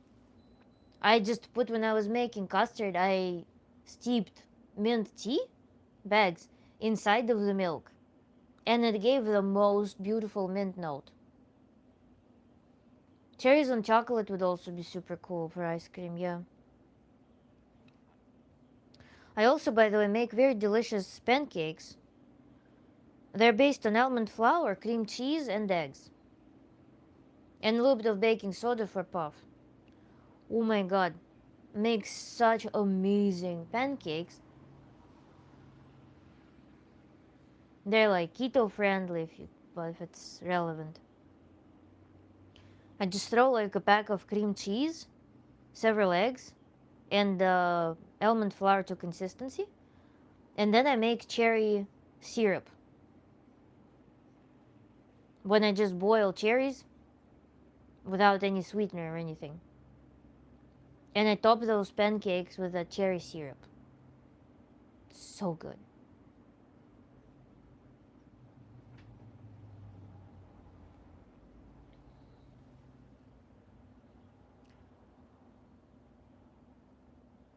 Yes, homemade ice cream.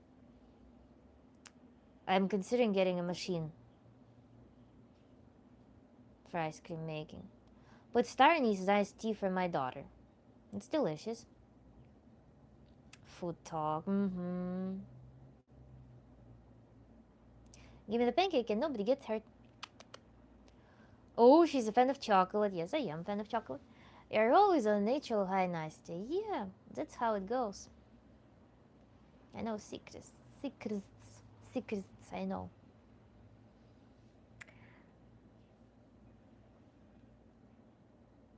First off, HYD.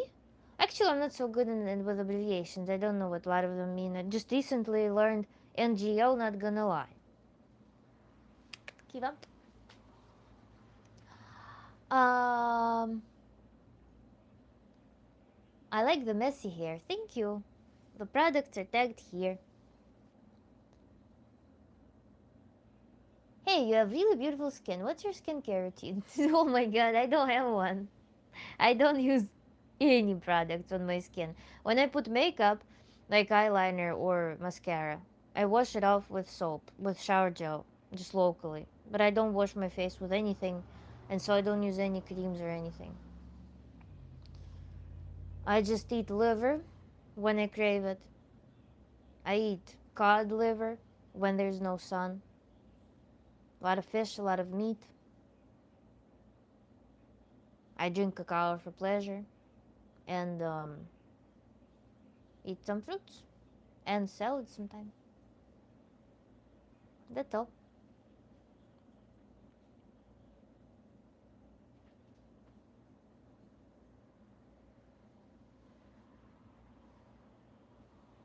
Chad, hello!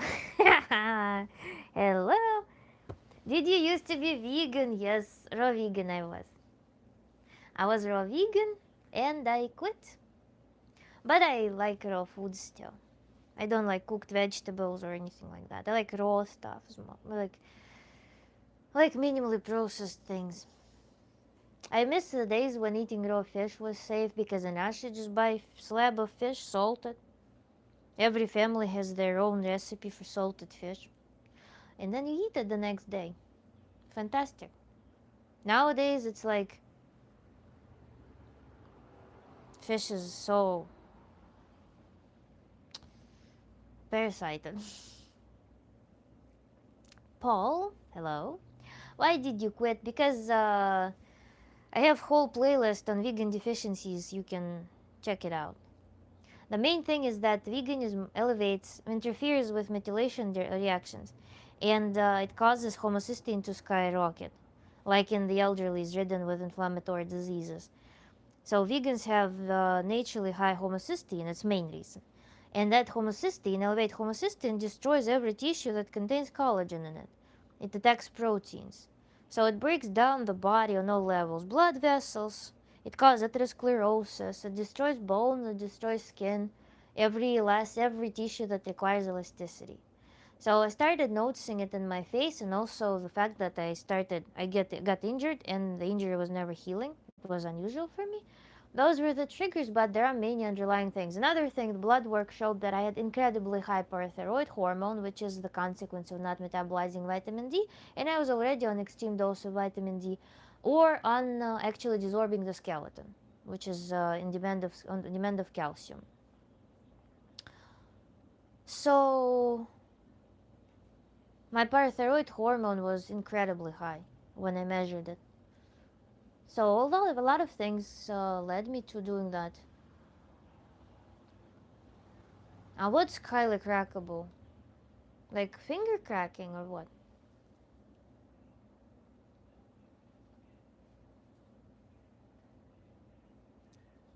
Steve Ibano, oh my god.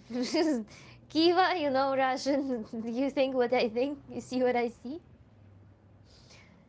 How I want to pronounce the name of our new fruity friend?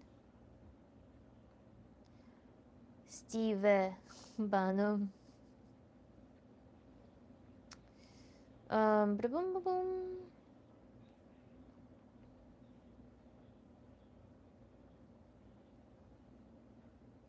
Oh, when? Yeah, it was on day 19 when I felt day 19 of animal-based diet after veganism. Wow, I felt like my body recollected. It was an incredible feeling. And then my injury was healed. It was not healing for 7 months, and then it healed in 2 months on animal-based diet. And then my skin started doing far better because I started developing, like my cheeks. You know, if you do like, I felt on one side it was so thin. It was insane. All cartilage thins. Everything. It's crazy. It's a crazy diet. Super anti-human cult. Are you guys doctors? I'm doctor of philosophy. Not medical doctor though. Are you a ballerina?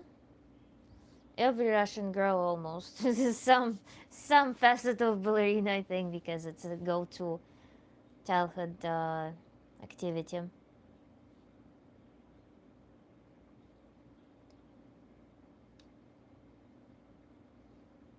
Oh, Боже мой, now I see what you see. I was so tempted to read it, but then... Does collagen help with acne and whatnot? I don't know. I don't think so. But I'm no comment now. I can't unsee it. Steve Ebano. Oh my god. Солнышко, здравствуйте.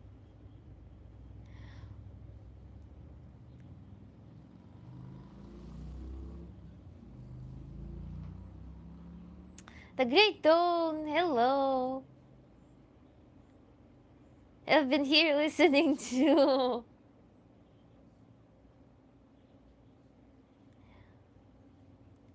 collagen in general. You gotta create conditions for its synthesis in the body and remove conditions for destruction of collagen.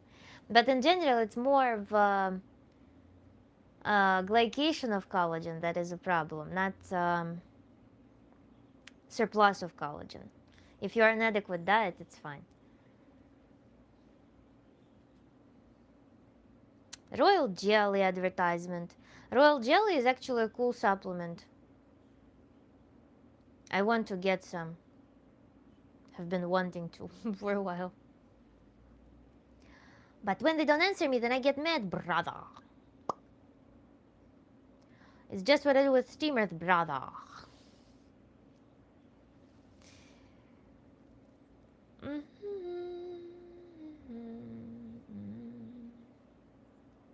Where is Boris, Natasha?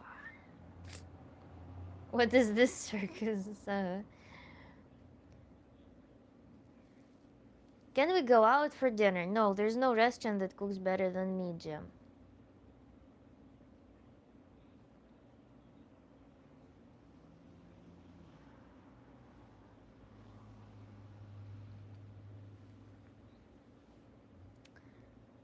Hello from Queens, New York.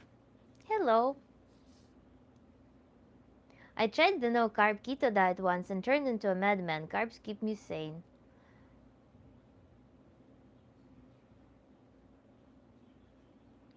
Do you like grass-fed lamb, Professor?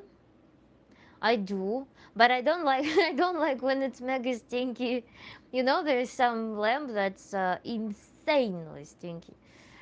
And bizarre thing is that I like how it tastes, but I can't cook it indoors, so I have to barbecue it outside because otherwise it's just unethical for anyone present.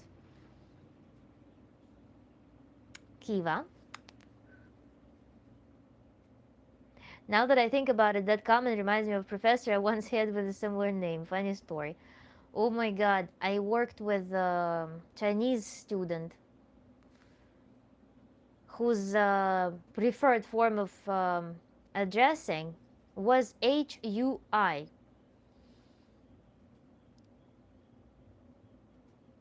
It was tough. Tripe is rotten. I like it too. I don't think it's good. It could eat my. Okay.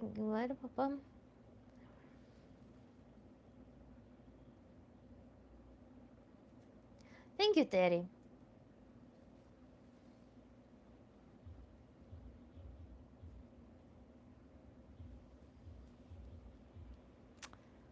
Yeah, grass-fed lamb is delicious. I throw it with either make meatballs if it's ground lamb, or I just throw a piece in the oven and Pyrex with tomato, whole tomato, and chopped garlic and black pepper.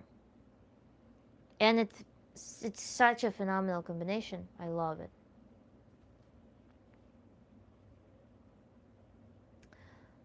Yes, Reda, I can.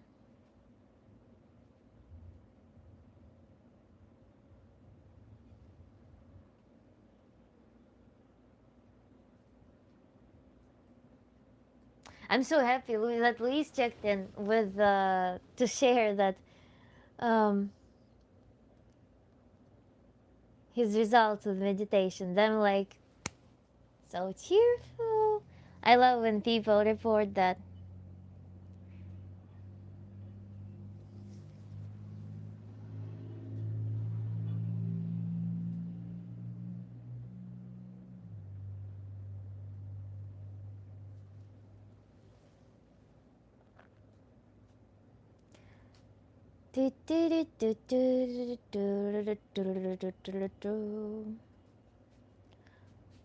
I guess people go here like Victorian OnlyFans or what? What's going on?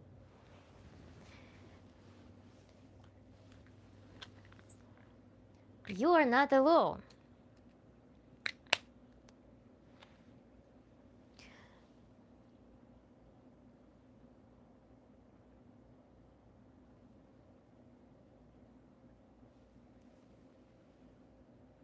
There are different Chinese people.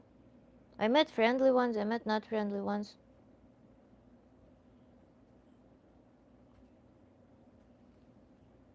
I met the ones that were absolute fans of me and were supporting me so much. And there were ones that were quite standoffish as well.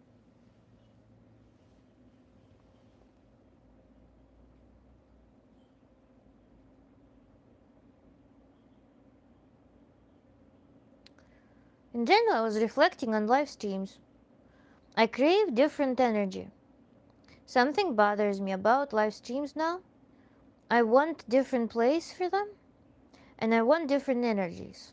Partially that's what made me today so comfortable just embracing the flow. Because for many days, I've been feeling that I want to change something. I want to change something. I don't know what I want, but it's like when I listen to myself, it's just different energy, different vibe. Because I didn't like that every time there's the same place, same delivery, same structure, something. I was like, I want more diversity in my business. I want more diversity in my work. You know? So today doing something different is one of the opening forward embracing that different flow. That's how I feel about it. What's your work? I'm Tantra coach, Tantra therapist. You can work with me directly. You can join the live streams, ask your questions. You can join workshops, but workshops only when you already attended several sessions with us or you're familiar with Tantra. Then you can go through workshops. They're free. Or you can work with me individually, and I will guide you through the whole process of Tantra, through the whole flow.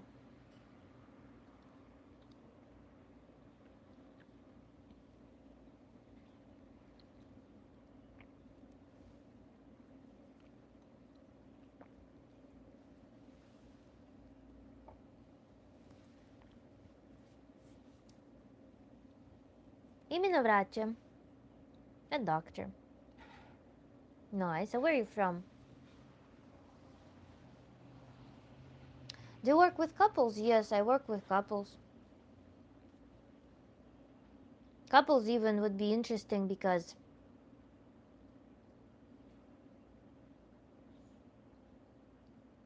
usually it's one person who comes to Tantra coach who are very aware, who are very strongly tired of the problem that exists. And the other partner is not, becomes just their mirror of their progress, so to speak. So they're kind of working to change something in themselves to see the changes in the partner. And oftentimes the relationship is so detached, disconnected in some fundamental level, that the work ends up being just to build more of strength in the person, in that one partner who comes, such that they are less dependent on their relationship emotionally and their partner. When it's a couple, it's wonderful because you can work with two sides of dynamics when you see that there is initiative or at least interest in both people. So I definitely do work with couples, yes. It's very efficient.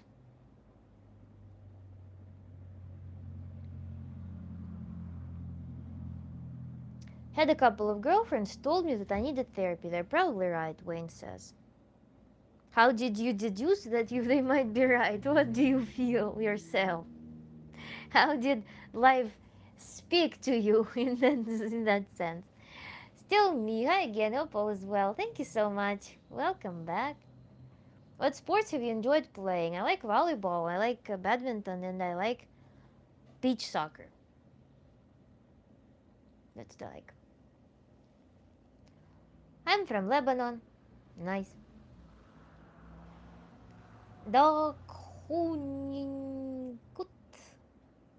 Thank you for a compliment.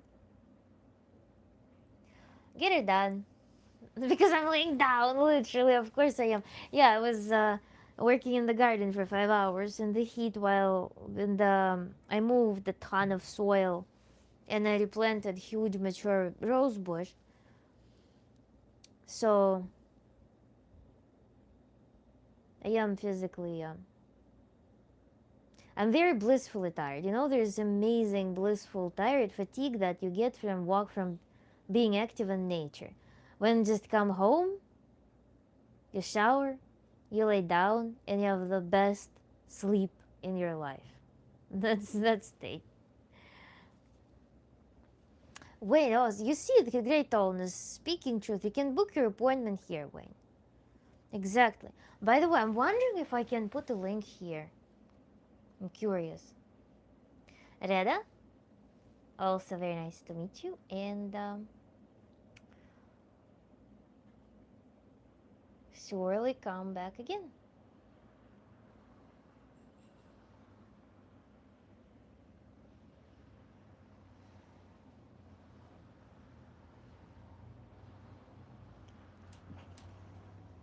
This is a behind the scenes live stream. Mm-hmm.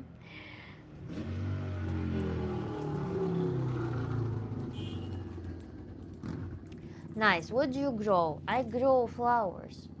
I'm working on a play garden.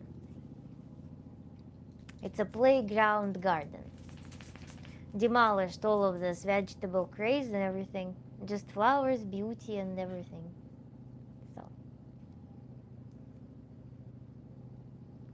have a garden too. I grow everything. It's therapeutic. Mm-hmm. My garden is strictly for my bees. Motorcycle, yes. That's the season. Let's assume vertical position now. What concerns me about gardening is that it's highly asymmetric activity. You you work with your dominant body parts all the time and you work quite hard. So the non-dominant body part is not being exercised as much.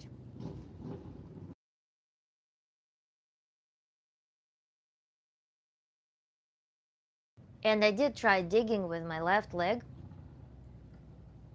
It doesn't work like that.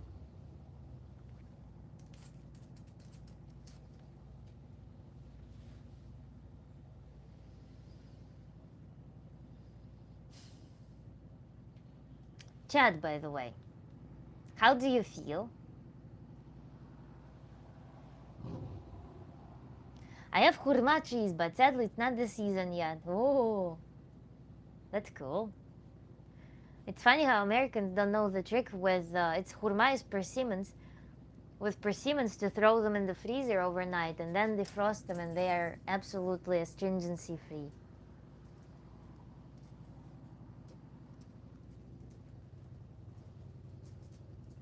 I'm teaching everyone that that's the trick.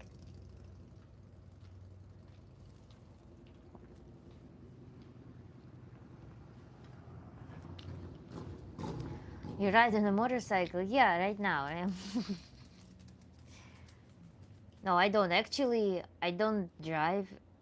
I'm the only vehicle I was um, able to drive was a tricycle bicycle. My flamingo pet that I had in Florida. I sold it. It was such a heartbreaking moment when we were leaving. I sold my flamingo pet, my tricycle. It was even not electric. It was so funny because in Florida, they have a lot of Amish communities and they use tricycles with both baskets like I did. And I remember there was a bridge that was like Boeing Bridge to go to the beach. And I remember I get passed on the way up. I get passed by a group of Amish people on the tricycles who use the road instead of the sidewalk. And I asked around. People told me that Amish there actually upgraded and they cleared for themselves the right to use electric motor on their tricycles. So they were looking at me like their lost bit of conscience, I guess, when I was riding my tricycle with my horsepowers only. Got butterflies in my stomach. Yes, I do. I am familiar.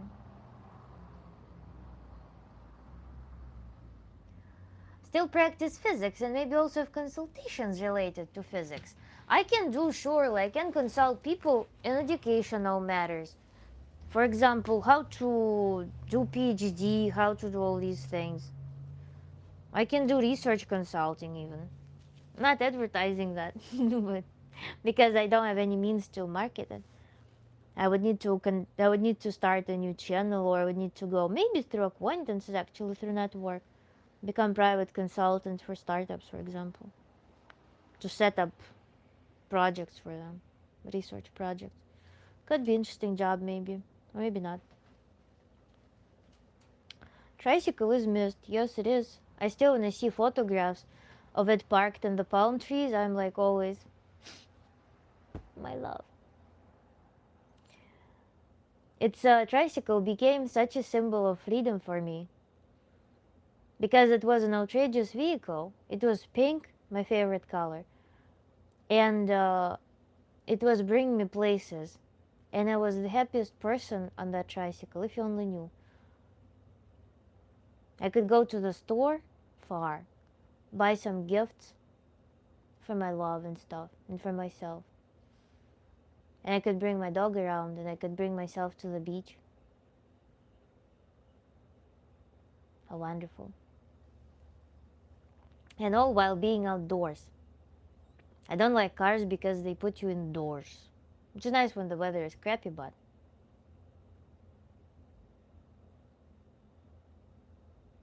seems like this life is your therapy instead. I don't have anything to therapize,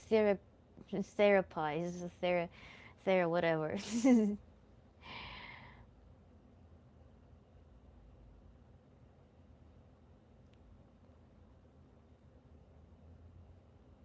But I'm constantly getting comfortable proves it's a chill day and she's tired. Make sure to get enough rest, моя дорогая. I am. I am. Again, the only thing that I need rested is my body right now. But I guess I don't deliver the energy vibes. Maybe I'm not inviting people to share their things. And that's why the intensity of the stream in terms of this is a little bit low. A lot of Amish in Ohio. Get an electric tricycle. No, I don't like fast speed. I like to move in some adequate pace. Do you teach neo-tantra? Perhaps could be worded this way. I mean, it's a secular tantra rooted in scientific approach. At the same time carries the tradition. And at the same time is in full agreement with modern sexology. So, yeah. But my teacher, she studied at the, what's it, cradle of Tantra. From the people who transmit it within families. Been thinking about getting an e-bike, but the more powerful kind. It looks like a dirt bike. The effects of gardening, yeah, lavender. Yes, it was around lavender too much.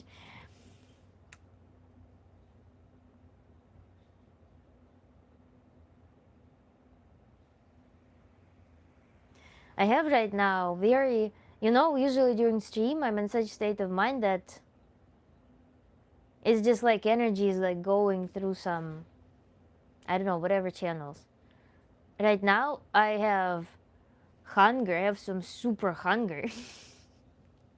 And I'm just like here, like a vegetable.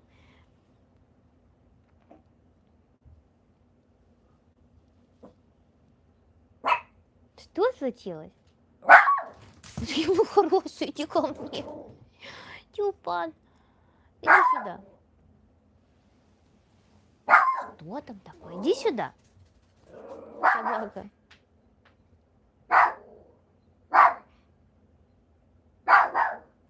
Собака моя.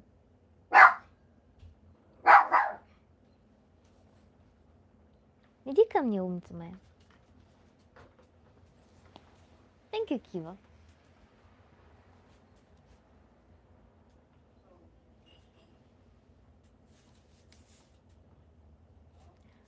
I also want you to be entertained.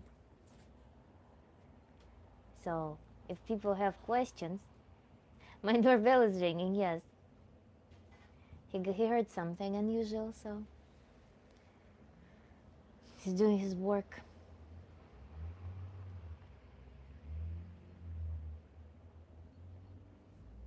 We're trying to catch a beaver today. Not successfully.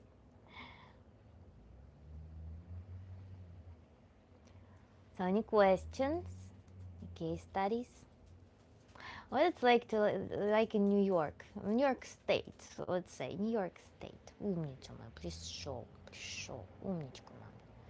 There's never a time you're not entertaining. Thank you, Kiva. I'm happy. Is it as crazy as it looks on Twitter? Upstate New York? I don't know if a lot of people report on upstate New York on Twitter. It's New York in general is very, as a state, is super rundown. New York State is unfortunately, I mean, it's run by mafia, I guess. All small businesses are dead. There's like no small businesses whatsoever. Only small businesses that exist here are laundromats for drug selling, I think. So they have those completely non-profitable businesses open. And you know that they are not there because they make sales. They're there to legalize money made elsewhere. So that's the only kind of businesses. You have absolutely horrendous roads, even though the taxes here are higher than in the States where the roads are far better. And the good thing about New York is that there are a lot of social programs for elderlies, for example, for people with special needs. So that's something good. Otherwise, New York State, outside of New York City, is a dead zone, to be honest. There are several cities where major semiconductor companies are located. But those places, they have those semiconductor companies, a couple of insanely priced apartment complexes that look nice, and the rest is ghetto. So, I don't recommend New York to anyone. New York City, maybe if you know what to do there, I would consider living in New York City for sure. But even to open an LLC in New York State is like thousands and thousands and thousands of some stupid fees for fees and stuff.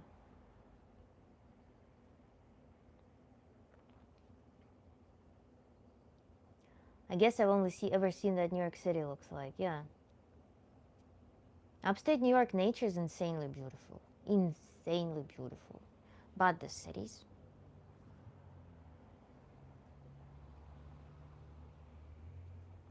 Milwaukee. Interesting name. You know, in the beauty, it's thank you for a compliment, of course. I never perceived it as beauty most of my life.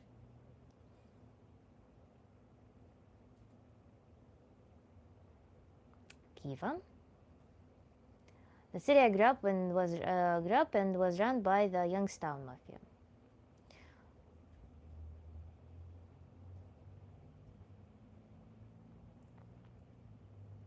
If the truth would cost your happiness, would you choose to know it or continue living a life? Elias, we have this concept of satanic well. You are actually bringing up happiness as something that just exists on its own. And that's the mistake there. So, satanic well, what's joy?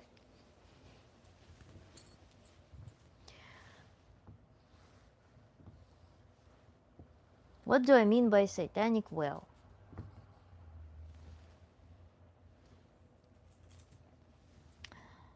Here we have intelligence,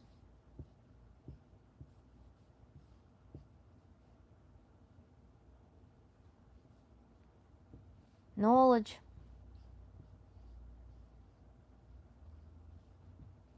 here we have happiness.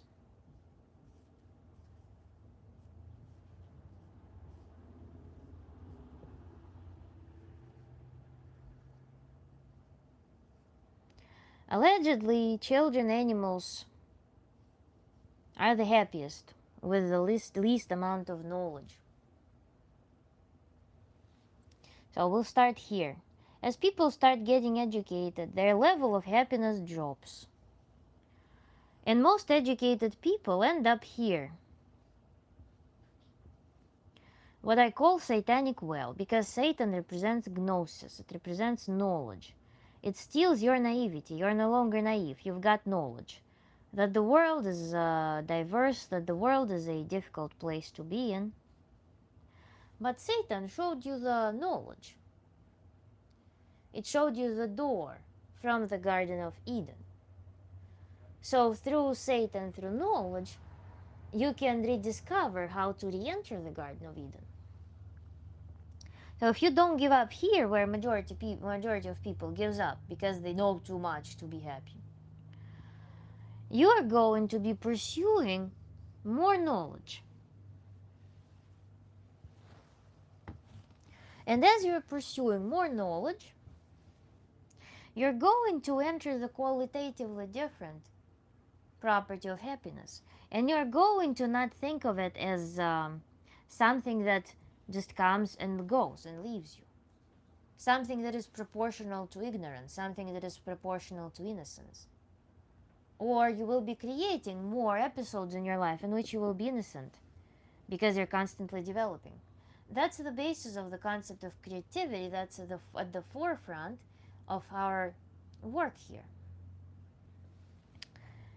Creativity and knowledge, knowing of the methods, being motivated, constantly putting yourself in a state in which you are a novice, in which you are in the pursuit of more skill, in which you're in the pursuit of more expertise and knowledge.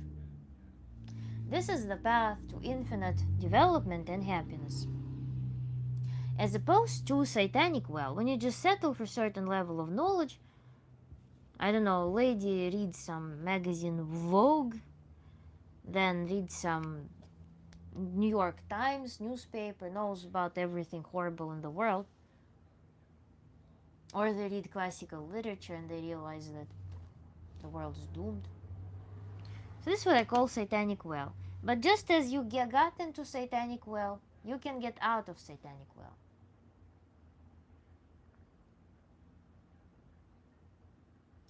Satan just shows you where the door to the Garden of Eden is and lets you out with knowledge. And then you're given brain to use it, to gain more knowledge, to find happiness outside of this plane even.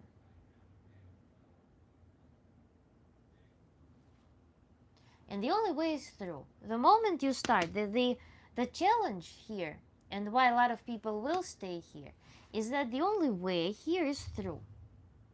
So there's work included here. You need to learn methodology, you need to learn something that will get you out of it. You need to keep pushing. Because if you just settle for some belief here, you're going to forever live in this devoid of happiness, or even opportunity of happiness. And there is so much propaganda of that. You stop developing at certain age, your brain stops developing at certain age. Or that life just, you know how people like whine about how I've got wife, mortgage, and children. And they sit there in satanic well, deep inside blaming their wife, mortgage, and children for their unhappiness. They themselves settled. Here we go. But you need recipe. You just learn recipe here.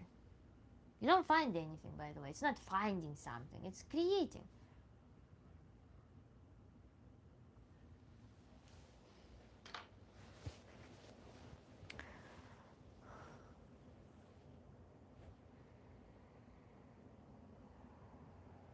Okay. The Apple Pandora's box. Where don't you have that problem? Well, this is interesting. Doom scrolling. This is a great perspective on it. Thank you, Sandra Circus. Great, I came back just in time. Tea and wisdom, pleasant combination. Would you so this ties into esoteric theory. You'll never find happiness, though. The more you search for new knowledge, the more you find and remain unhappy with the added knowledge and never end learning. No? Because again, the problem is you try to find happiness. Knowledge allows you to create it. Knowledge allows you to connect with it. It always exists. Happiness is the hormones that you're producing. And knowledge allows you, lack of, and understanding lack of knowledge, understanding lack of something, always makes you moving. In Kabbalah, in particular, there is a notion that you always need to be craving something, because desire is something that drives your development. And I agree with that thing. In Tantra, it's the same thing. Your lack, the understanding of lack, is where you are always finding movement, where you are always novice, where you're always innocent. But if you are Mr. Knows It All at some point of life and you settled, then good luck. Of course, this scenario will not play out because you already know it all, and you're learning, you're accumulating more knowledge that will keep you here. But try to focus, set yourself a task, just as you set yourself a task of, I don't know, finding a good job or whatever, finding an apartment. Set a task to be happy. Nobody just does that for whatever reason. Why?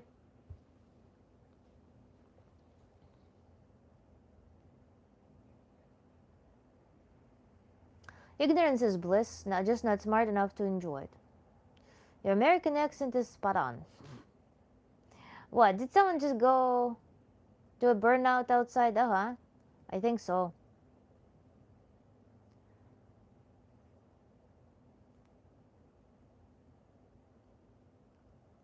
Thank you, Scott. She knows me well. What do you refer to, Uncle Buddy? Are you Mr. Know-It-All, Knows It All? So this is the concept of satanic well. People like to, it's an inherent property to not take responsibility and blame some entity for putting them there.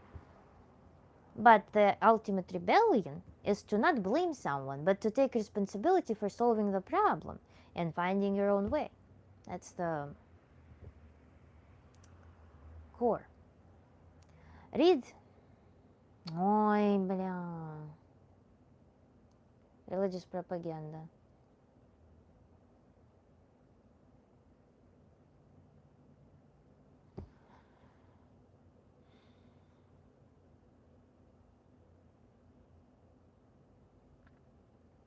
Going to have to watch some of the replay. Here I started off with children animals, or aware animals, will have marginal, like how we understand happiness. They will have the highest level of happiness because they're devoid of knowledge. As they accumulate knowledge, they fall into satanic will, and most people stay there. That's how I explain the overall background of unhappiness in most people.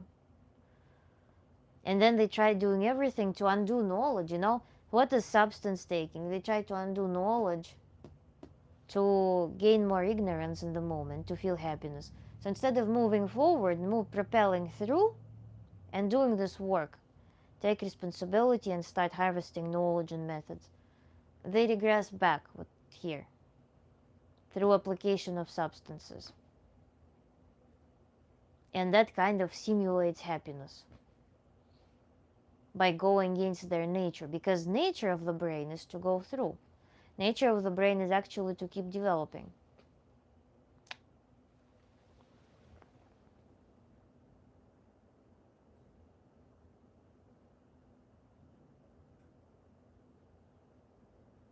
I think it was nice. You're welcome. I think it's first time when I drew the satanic well concept. I think I was discussing it with choreography before we adopted this beautiful thing. I like hearing about these kinds of things in psychology. Psychologically, I guess.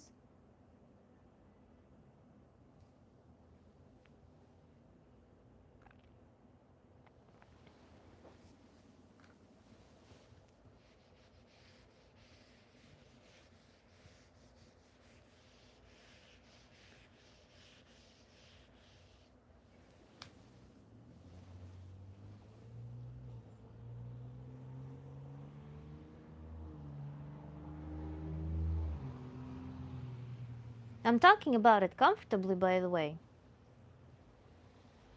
because I've tested this.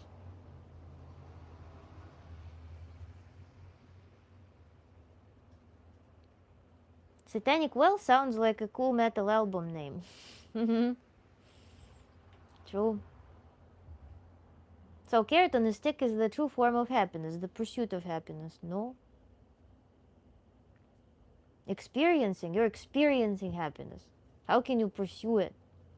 You're experiencing it. You're either experiencing it or you are not experiencing it. Life is only now. To avoid dry passion. I don't know what else to call it. Is it psychology? I think that psychology will disagree with you, but it's maybe philosophy. Philosophical club. That's something I derived not from psychology. I derived it from rather listening to more, I don't know. It's just the just observation perhaps. Just exposure to things. Armageist, I disagree with that strongly.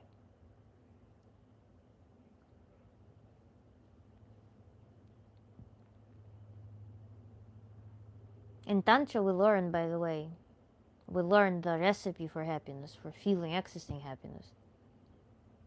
It's not carrot on a stick, pursuit, jumping from milestone to milestone. No, we act other way around. We are learning to experience. Because inability to experience is the plague in that satanic well. People can't experience. They have just enough knowledge to stop experiencing and start thinking. Substitute experience with thinking. And not enough knowledge to be able to choose between experiencing and thinking and observing. You're not religious at all. No, I'm not. I mean, maybe what I practice you can frame as a religion, but religion doesn't follow the criteria of religion. Because what I practice always moves. Alright, then I meant to say before, I like these obscure philosophy concepts. Knowledge brings more problems to awareness, though. So you're saying that knowledge on how to access happiness and joy and pleasure right now will bring you more problems.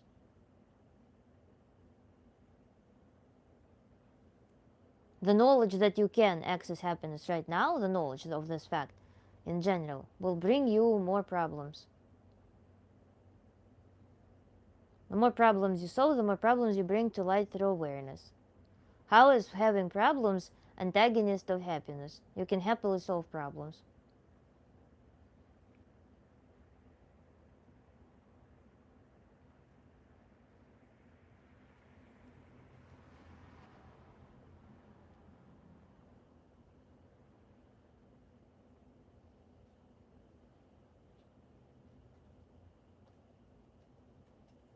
One of the issues I notice is that people glorify suffering, people glorify victimhood, people glorify having tough life.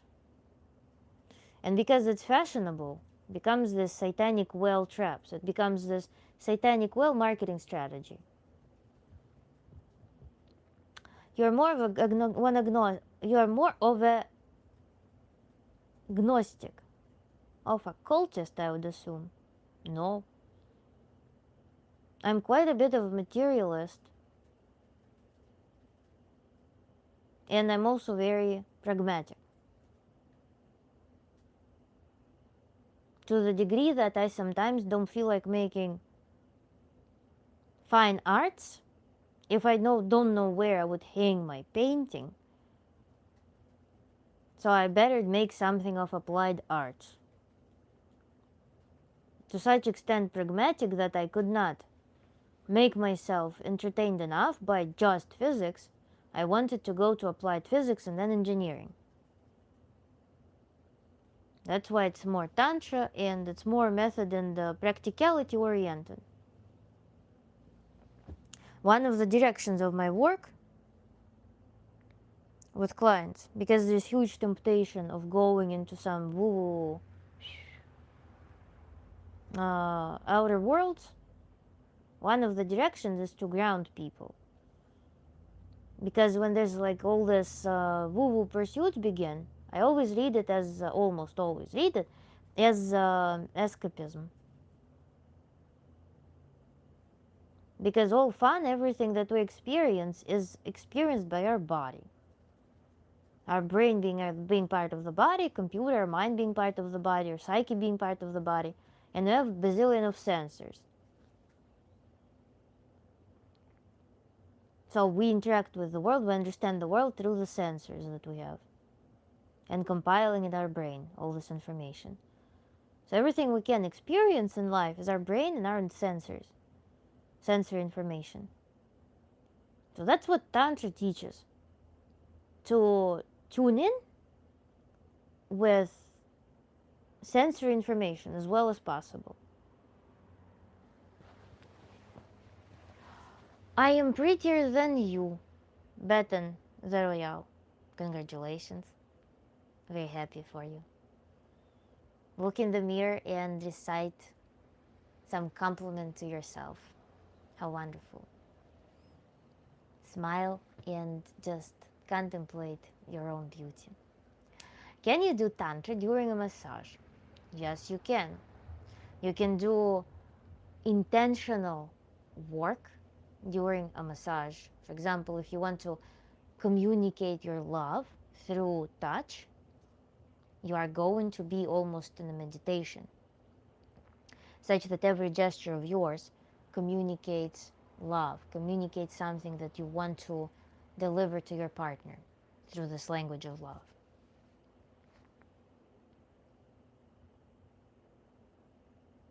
Did you used to be a man?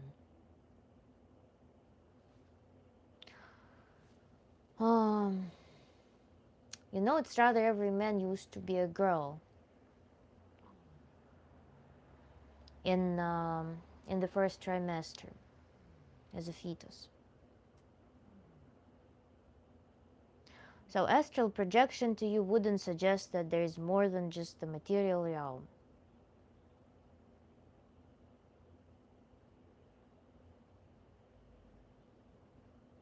Astral projection.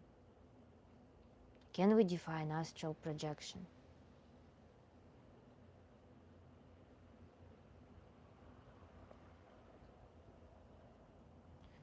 Bethany, right now all the men are looking at me, unfortunately. And because they cannot look at you simultaneously, because you have very tiny photograph. And so they're looking at your text, your description, self-description. So that's a little bit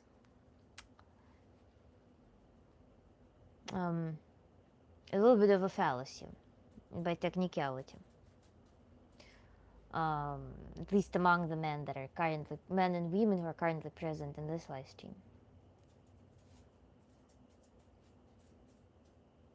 I can define it, that's for sure. We as in not included, including me. Yeah. Astral projection proves that our consciousness is weird as F. You're not fond of Stoic principles when people flaunt it. Some Stoic influencers sound like, hey pal, I got kicked in the balls during Thursday and I think I know what I'm talking about. I'm not. Why? It's they're coming from the glorified suffering. They think their philosophy is based that suffering is inevitable, hence let's adapt. And then we have David Goggins and what's his name? Recently mentioning him, Jordan Peterson. Well, sit in your satanic well and do exercises to stay there. Remember we had a conversation live stream on meditation for coping versus meditation for solving. And we came to a conclusion there that it is always worth building yourself to be solving problems and exiting the unfavorable conditions, as opposed to learning how to cope with them. So I'm a proponent of that approach.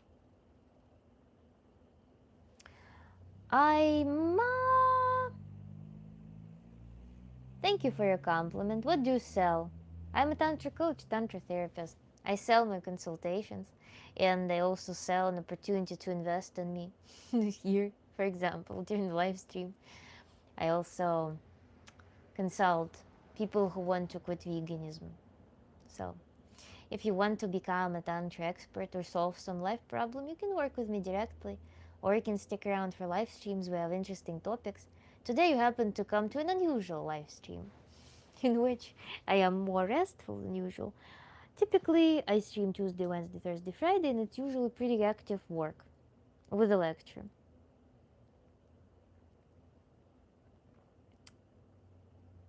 To experience the universe in the absence of our physical senses, to think different cultures around the world made up ghost stories and how they interact with the physical. By spiritual, I don't mean heaven, I mean understanding the concept of harmonics.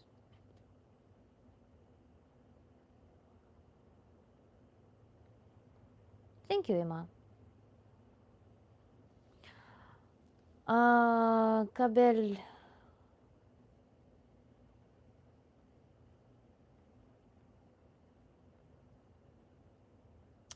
Not sure.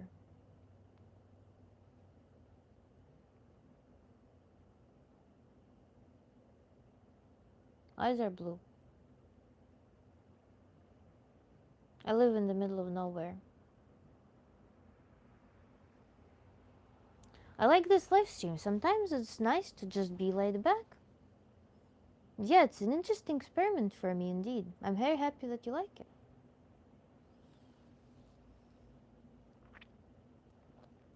After all, interaction between people is far more than just communication. I mean, verbal information transmission. It's also the state that you're conveying. Sometimes I watch some people or just connect to them through voice if I'm doing something while listening to their stuff, just to get myself in a certain mental space, because they're just pleasant people to be around, or they're experiencing life in a certain way.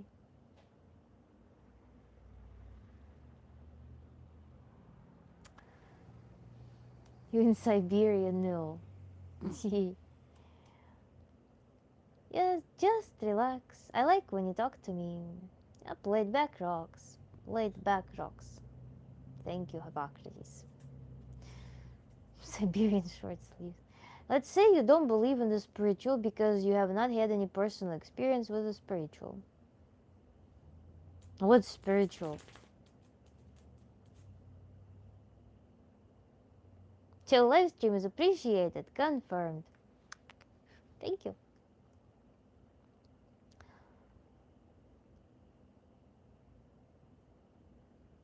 Gonna be just listening for a while. I gotta prepare some burrito meat and chop up a few vegetables for the weekend. Got steak and liver. I'm going to be cooking. Hopefully I don't mess up the liver. A lot of onion. Slice it and put a lot of onion. Fry onion maybe a little bit first to caramelize it just a tiny bit. I'm always doing something else when I listen. Not sure if it's healthy, but I do it. It is what it is. Imagine living somewhere in a community in the village. You would always be hearing people doing something on the background. There always will be some life going around you, bugs and stuff. So, this is an imitation of that, I guess. Where you elect who you are listening to instead of your village co-inhabitants. Yes, you seem like a very smart person. Your brain thinks a lot, which is a good thing. Everybody likes to think smart pants. Is that your real color hair? Yes. Don't mess up your own liver. Insider jokes.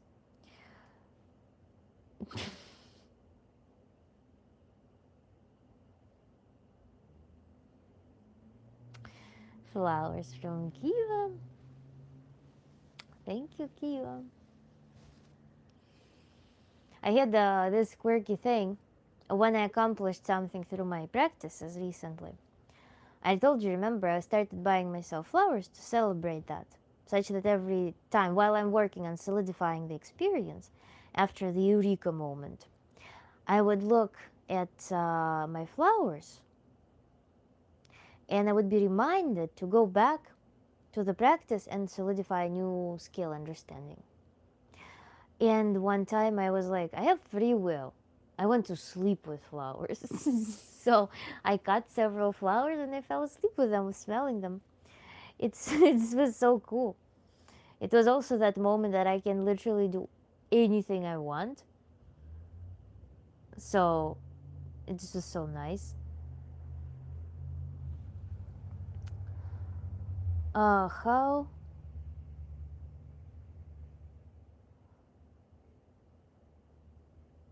how are the eggs involved in Tantra? Well, eggs are involved in Tantra as a valuable source of choline, B vitamins, omega-3s if they're pasture-raised eggs of good quality. Source of phosphorus also a little bit. Um, and they are very valuable for priming your body to be able to do a lot of cognitively loaded work. That's how eggs are involved in Tantra.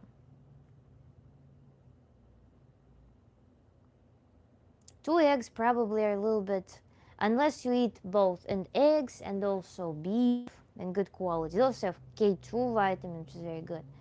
So I calculated you need to eat 4 to 6 eggs, I think, or a pound of meat a day, or combination. So eggs are, yeah, valuable source of nutrition for the brain. And brain is something where all the magic happens in Tantra.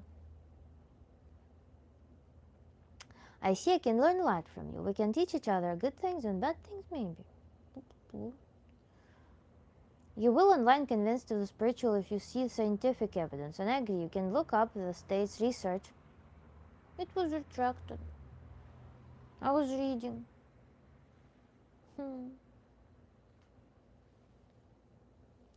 The spiritual also, what's spiritual? I can come outside, I can move, I can crank my mind up to, for example, start noticing some entities around. I can crank my mind, I can condition it like in childhood. You know, in childhood play, when we have the miracles, like collective experiences of miracles. I can condition my mind to start noticing a lot of signals from the universe and such. I can go and like look into horoscopes all the time. I can do a bunch of stuff, but why would I do this bunch of stuff without any practical value? Why? To get rid of anxiety about like that life has an end to it, like some death anxiety. To gain some control. What is that practicality in that? To escape something, to not take control of something that I think is hard to control, but I should control. So what's the point of some exalted spirituality?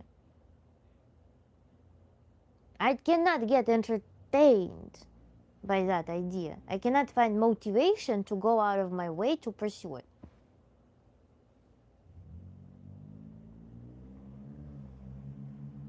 I eat a lot of eggs and my favorite breakfast item. Nice. I have seasons. I sometimes super crave eggs. I like sunny side up on a burger because I like the yolk and meat taste. And I like sunny side up with ketchup. I was just kidding about the bad thing. I'm always a good person. You seem to be a good person. I didn't hear where you were from my TV was loud. Can you repeat it again, please? I'm from Washington, D.C. I'm from the middle of nowhere in the U.S.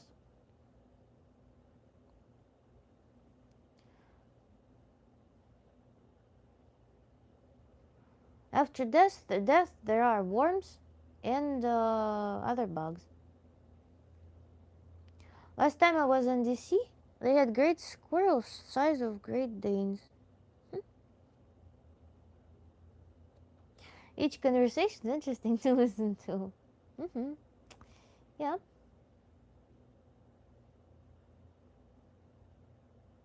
Even if it's about eggs. Eggs are very valuable for Tantra, indeed. Person brought a great point. You know, where else would I have an incentive to talk about the importance of eggs in Tantra? Eggs are brilliant, yes. Ice cream too.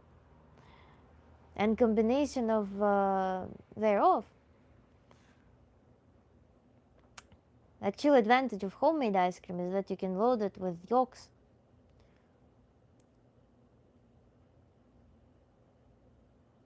What's Tantra?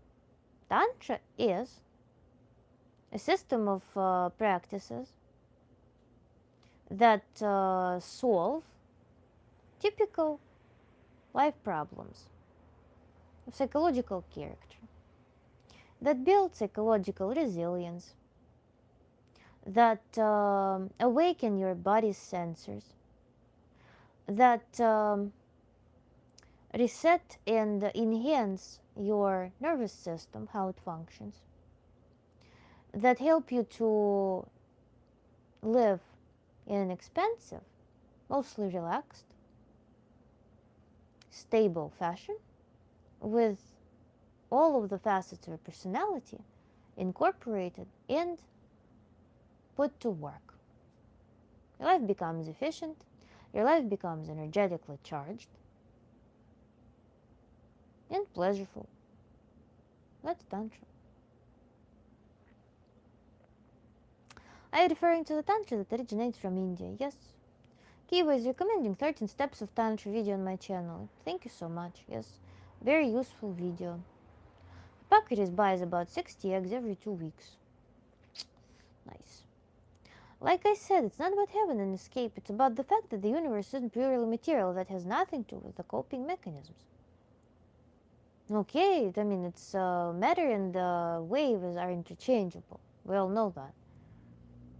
We're just dense wave packets. So what? This is matter. Matter is one of the models.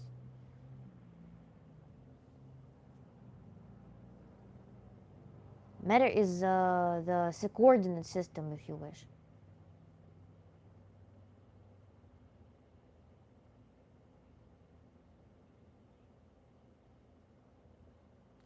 I'm signing off for the day, Wayne says. Y'all have a good night and I look forward to talking to you next time. Likewise, Wayne. Enjoy. Tantra basically means method, so it can have a variety of definition. Yeah, I mean, there are a lot of Tantra coaches that are doing stuff like, let's go to promiscuous party and worship some, I don't know, goddess within you by having gangbang. There are plenty of people like that. But, well, is it going to be productive or destructive? Likely destructive. What I teach is to do a lot of groundwork and to do ethical, developmental work.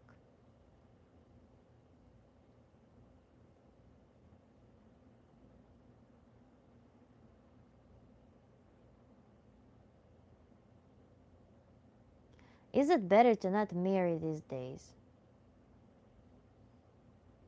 I don't know. I mean, you need to understand why you're marrying. As I say in my streams, a lot of people marry because they want some leverage of control inside of their relationship. Governmental control. And that doesn't have anything in common with the idea of relationships, romantic love, and so on. So you need to be very clear why you're marrying. And you need to find a partner who is on the same page as well. Better not to marry. I mean, depends on your tax situation, I guess. Thank you, John. My name is Nastya. Look up the research into remote viewing using astral projection. The spiritual is being used. It's past being proved.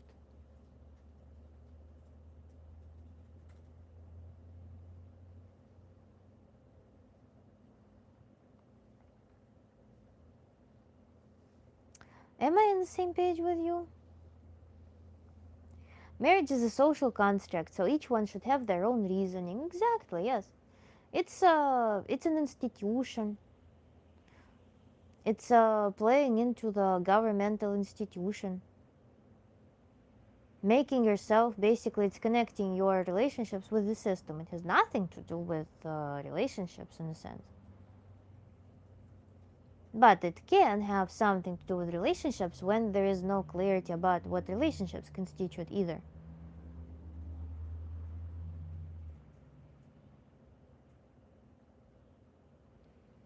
So,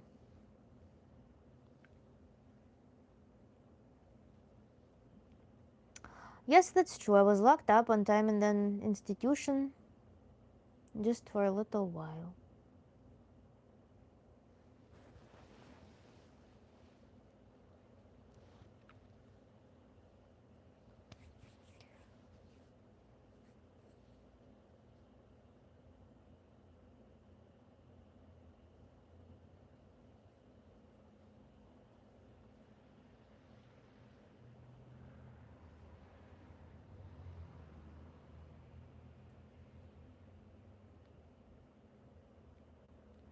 Cool, Kiwa.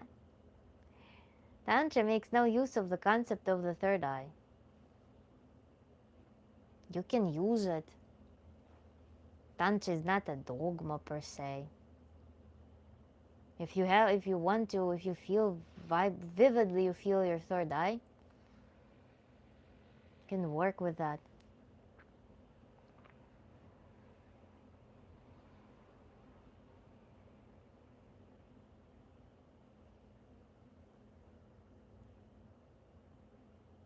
Marriage is institutionalization, yes. But then also understand, for example, spiritual or religious communities having marriage based on some common goal laws. I don't understand when people who don't have any internal impulse want state of Nebraska to become their institution and the foundation for their relationship.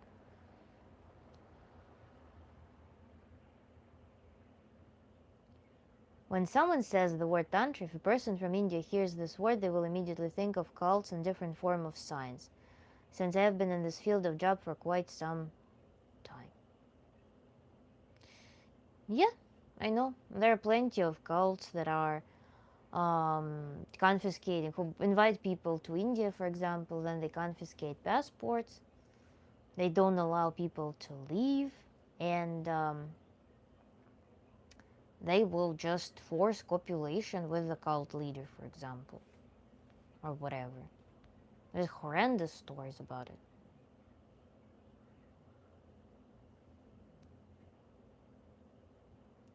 That is true. Big words. Me and my wife been together for 30 years, and our love and still is still growing strong. Congratulations.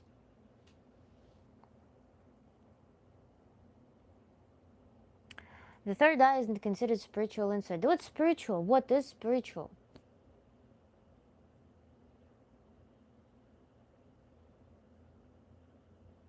That sounds horrible.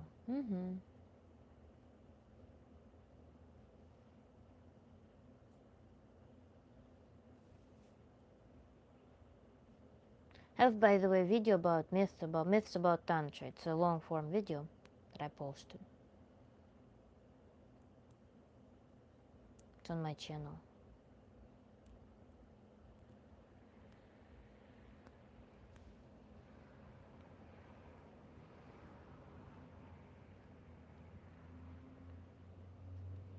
For example, my work is basically to get gold out of the ground, but be it in an idol form or jewelry. Sure.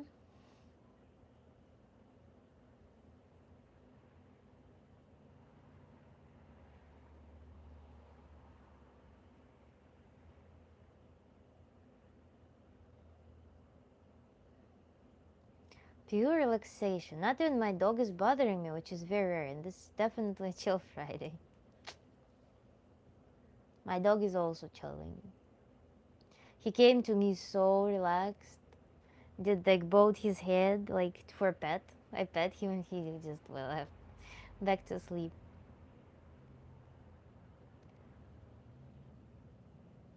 Thank you. Someday spiritual, you will find your soulmate out there that will catch your eye, and the love would be so strong that you would have an sensational energy of true love it makes.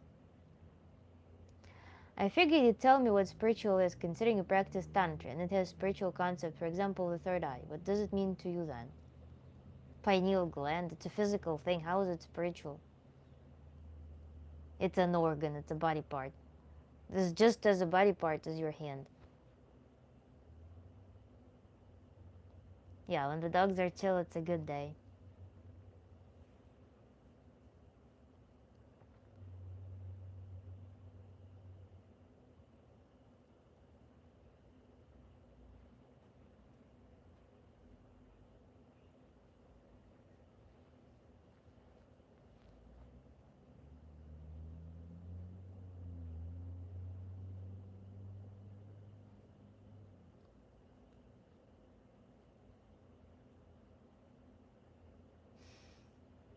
There's no off topic today.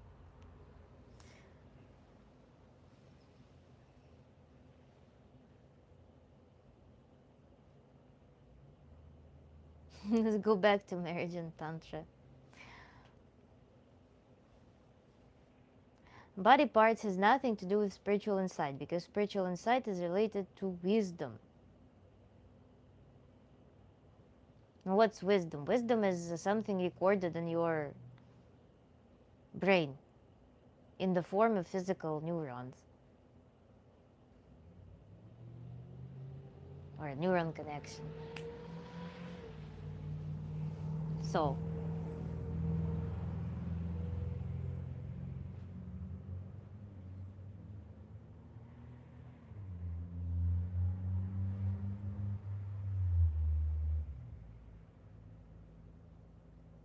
yeah, wisdom is manifestation of knowledge and information. I love all this talking about love and body parts. My heart is really big. That's why my doctor said, I guess that's why I love the whole wide world. Love good people, not bad people.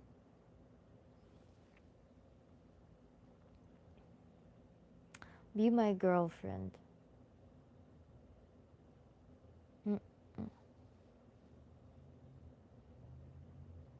No, uncle, it's a serious job and it's not simple to get gold out of the ground.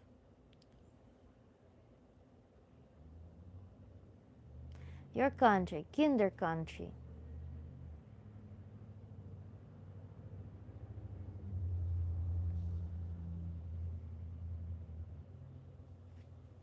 Realized I didn't preheat the cast iron beforehand. Already chopped my onion and may have screamed profanity with onion tears in my eyes.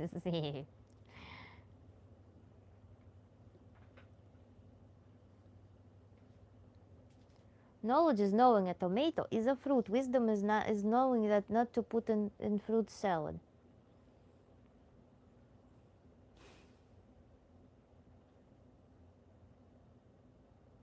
I don't know, maybe something's up with me because I like things to be productive. I like things that are leading to improvement of quality of life. When we talk about some spirituality that's out there, I don't know what the application is, how it can make life any better, how it can lead to creation of anything. I just don't understand that.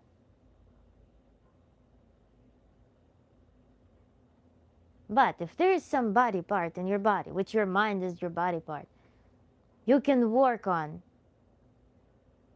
perform some work adjust something, and you can improve your quality of life through that, that I understand.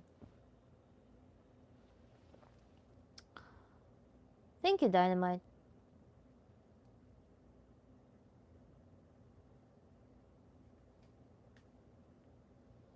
Brain isn't mind. Wisdom is self-proximity, the becoming closer with the one.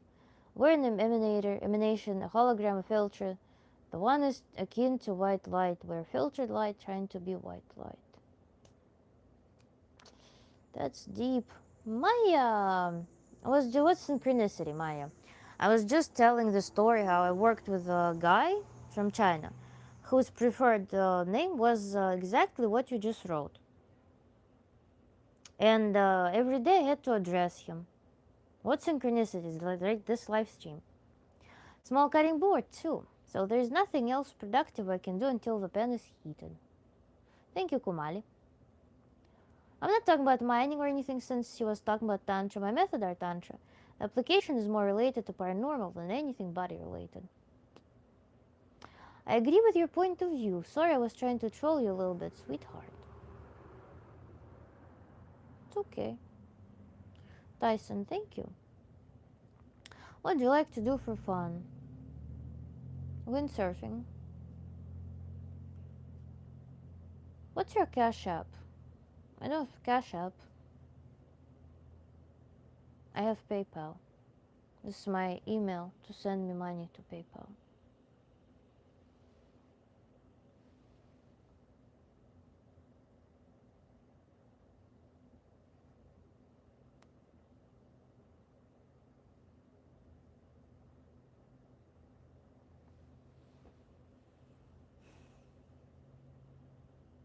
I'm going to request $50.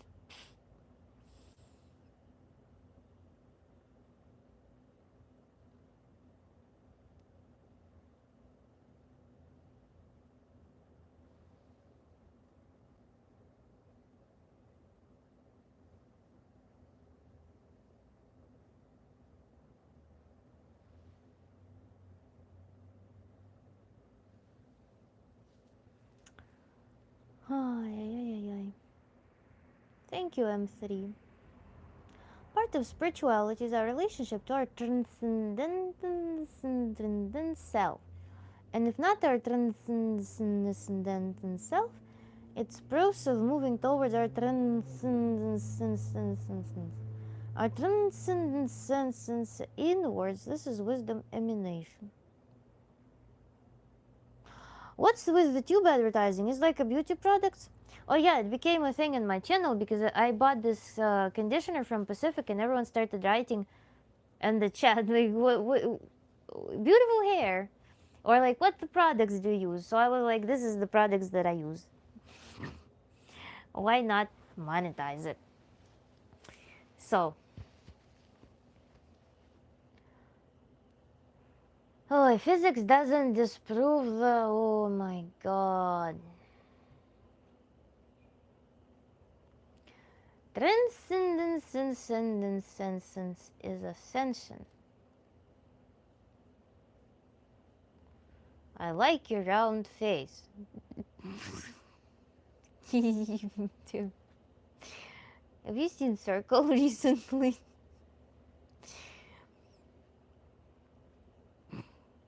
You know, geometry problems from school where you are finding where there's like rectangle fit into a circle and you need to find some relative things.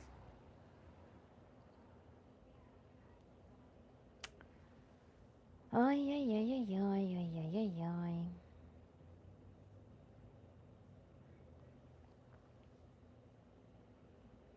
You gotta learn how to say the word. What the hell was that? I don't want to leave and watch the video saved when you cook liver. Would you treat it like medium rare steak? I just sear on both sides, have several thin cuts, and marinate in buttermilk. I would slice them. I would make it more like beef stroganoff. Actually. Bye-bye, Inchwise.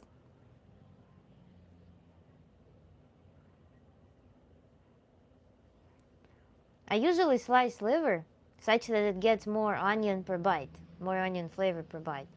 And also it can work with mushrooms and sour cream, by the way. You can add in the end some sour cream if you have some. Or if you have a blender, you can do onion and liver and then blend it in the blender with a little bit of nutmeg and salt and black pepper.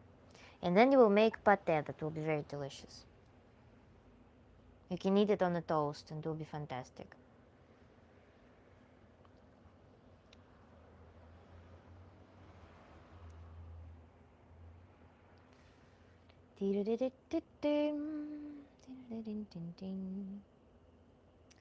You'll give me Tantra consultation. I'll give you English consultation. No, I'm not trading. I'm only giving Tantra consultations for money.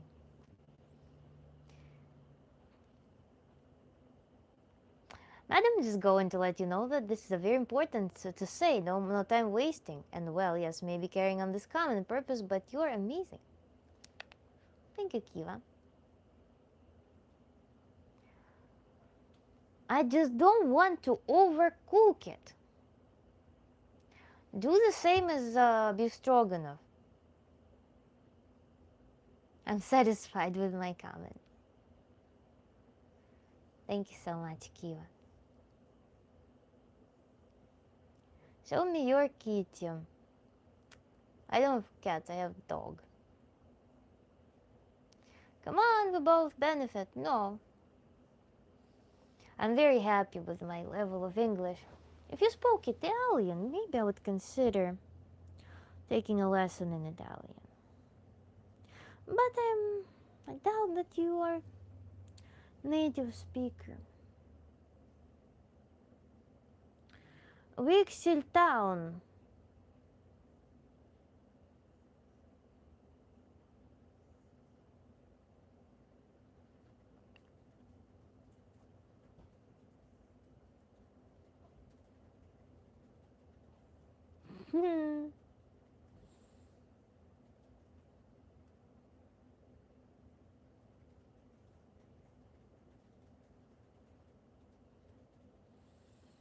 Wixel Town, do you have hair on your head, by the way? I'm curious.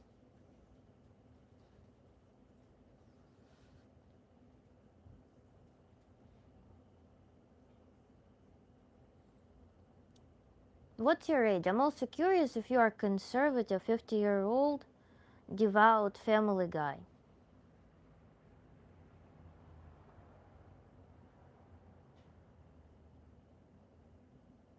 Because that's usually the attitude of either teenage, 50, you're 50 years old. Do you have wife and kids by any chance, or Christian maybe? Because that's what I see on Instagram a lot. They're coming, they have like avatar with their wife and kids. And they're like going over some teenage girls' pages who sell OnlyFans access. And they're simping on their pages.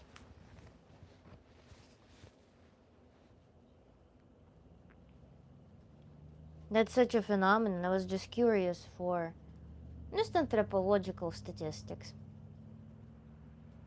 No, I don't play any online games. Sudoku. Sometimes. But in Sudoku, I found that I started solving it. So there were some Sudokus that I couldn't solve because they have this thing where you need to make assumptions at some level. But if it's hard but you don't need to make assumptions, I started solving them at the speed at which I have motor skill to type things. And became boring. And games that require to make assumptions, they're also boring. Because I don't like making assumptions. I like to, when there is some logic going on. So, Sudoku lost its interest.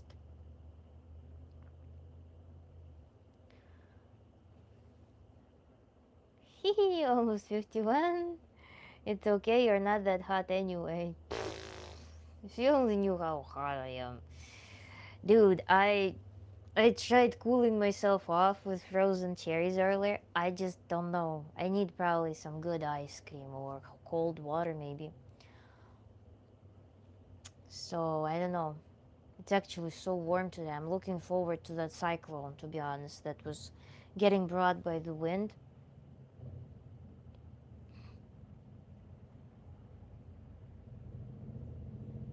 Australian accent? Sure. Alexustas. Hey, so what is Tantra? Win is asking. What is Tantra? I wish you were here 10 minutes ago when I answered the exact same question.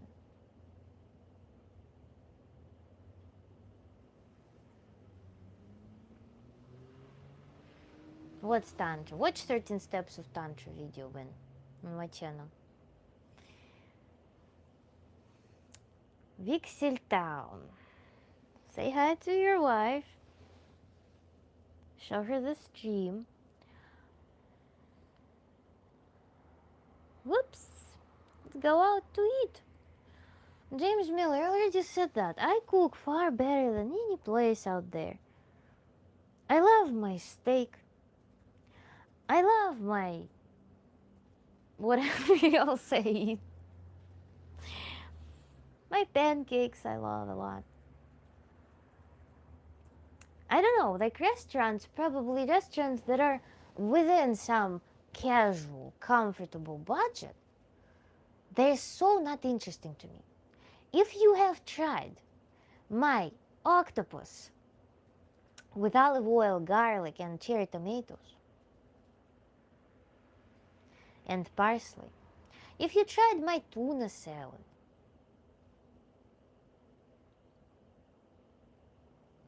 you would be blown away. I invest in highest quality ingredients and eat them pure with very thoughtful combinations, prioritizing those fresh, vibrant vegetables and fruits, if I have any. Very high quality meats, eggs. There is no restaurant that would cater that quality. Plus also I'm very sensitive to how people cook. If I see that a person is very negligent in the kitchen, when they are very tired, like visibly tired, irritated with their work, I cannot have this food. I would rather myself put my loving energy and put this dish together. That's what I strongly appreciate. Pancakes, blin. Some of my job involves waiting and play Sudoku on my phone, but it doesn't compare to pencil Sudoku. Mess up 3 times and they fail you. That's yes. 13 Steps of Tantra. Real Sudoku you fail until it's complete. James Miller, I would rather go to Whole Foods, you know? I would rather have a field trip to Whole Foods and have a nice picnic, for example. What didn't you like about the energy of previous streams? I thought it was good energy. It was, no, it was the energy of streams was good, but the energy of how I was moving with them was getting stagnant. So when I start doing something that I truly love, I get flooded with so much energy that it needs to go more. And that craving of more was haunting me. So I want to do more, which means that I need to build some different structure, or I need to be more animated. I want to be outdoors. I want to be showing different things. I want to be expressing myself in different ways. Basically, I'm craving less boundaries now. I'm craving more expansion now. And that's what bothers me. That's my next direction of work. If that makes sense. The food talk is back again. I told you I'm hungry. Your octopus, you've been to China or Korea, didn't you Russians eat octopus? I ate an otter in Russia. Fantastic taste. Octopus, yes. Thanks so much, Kurt. That's interesting to know. James Miller, thank you. It does depend how the food is cooked. Yes. There was one person who was making desserts. And you could tell the desserts were not loved when they were made. That there was some energy of like, hmm.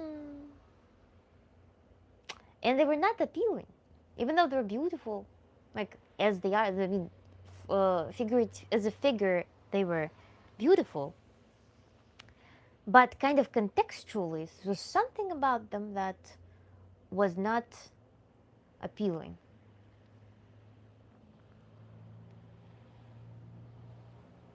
Fine, I'm in Florida. I miss Florida. Wouldn't be surprised if it was the Japanese who called it octopus. If you know, you know. I actually was wondering, yeah, why this second root appeared. Otter is fine. It's very delicious. It's the most unique flavor. I cannot recreate it with anything. I crave it actually. Hi, I'm working on a global e-commerce business along with 2 online platforms. I have a background in full stack web development, AI, blockchain. I'd love to discuss this with you if you are.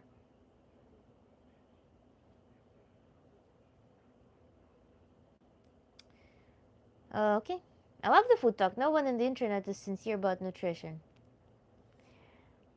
It's more that it's repulsively neurotic usually. It feels like people forgot how to enjoy foods. And, or people, sometimes you open some dessert or something. And there's like, add this million ingredients. Also weird. I like to watch, I watched Marco Pierre White. He's that scandalous teacher of Gordon Ramsay. He has some charisma, but I liked his older videos better because his later videos, he started being a little bit too performative, as if it's expected of him to convey certain behavior. Deer meat is awesome. I came here after watching a man cook pere choix for an hour. I agree with you, madam. When the food is not appealing, it already shows how it was made. Like no energy, I remember one lady, I don't know if you know Irina Hakamada. She was talking about energy in general and sexuality and importance of sexuality. She was like, you can cook a simple omelet with herbs, but make it sexually. Give it this, and that's so true. The simplest food can be a piece of art if you put in it the sensuality, the art of life. It's so cool.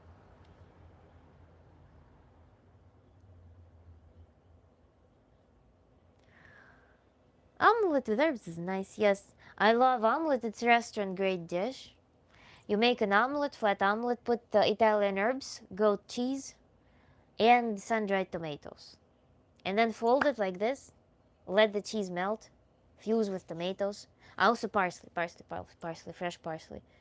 Whoop, and serve. Oh my god, you want to dress up for that. So good. Can you show your left palm? Do you want to do palm reading? Food is like art.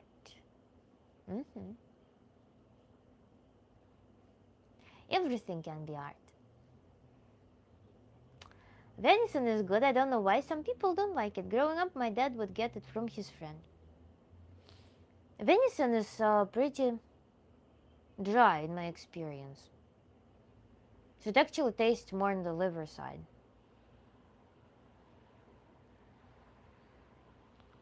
Jane, it feels too intimate. I don't know.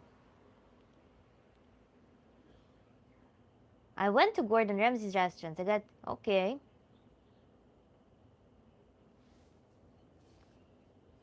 That's restaurants, yes. I tend to find them rather gross in general. Restaurants. That's why, again, James Miller, I am declining your offer. Maybe it's my form of OCD, but it's just too. I mean, it's just when you know that it's that. Why not have OCD then? Type of thing.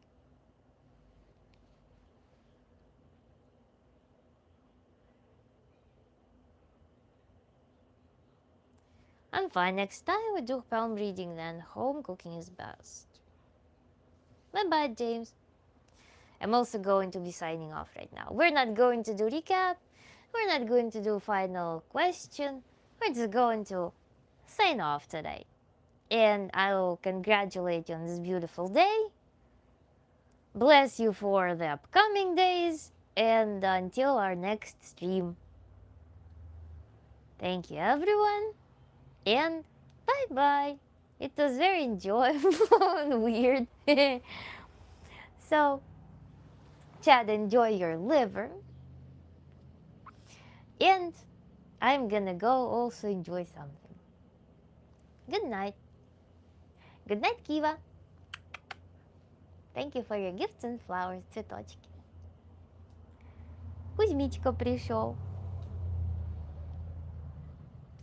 Said we're leaving. Малыш пришел. Иди ко мне, скажи всем пока-пока. Пойдешь пока-пока всем скажешь? Нет, не пойдешь? Ну ладно. Давай иди. Бай-бай. Цветочки.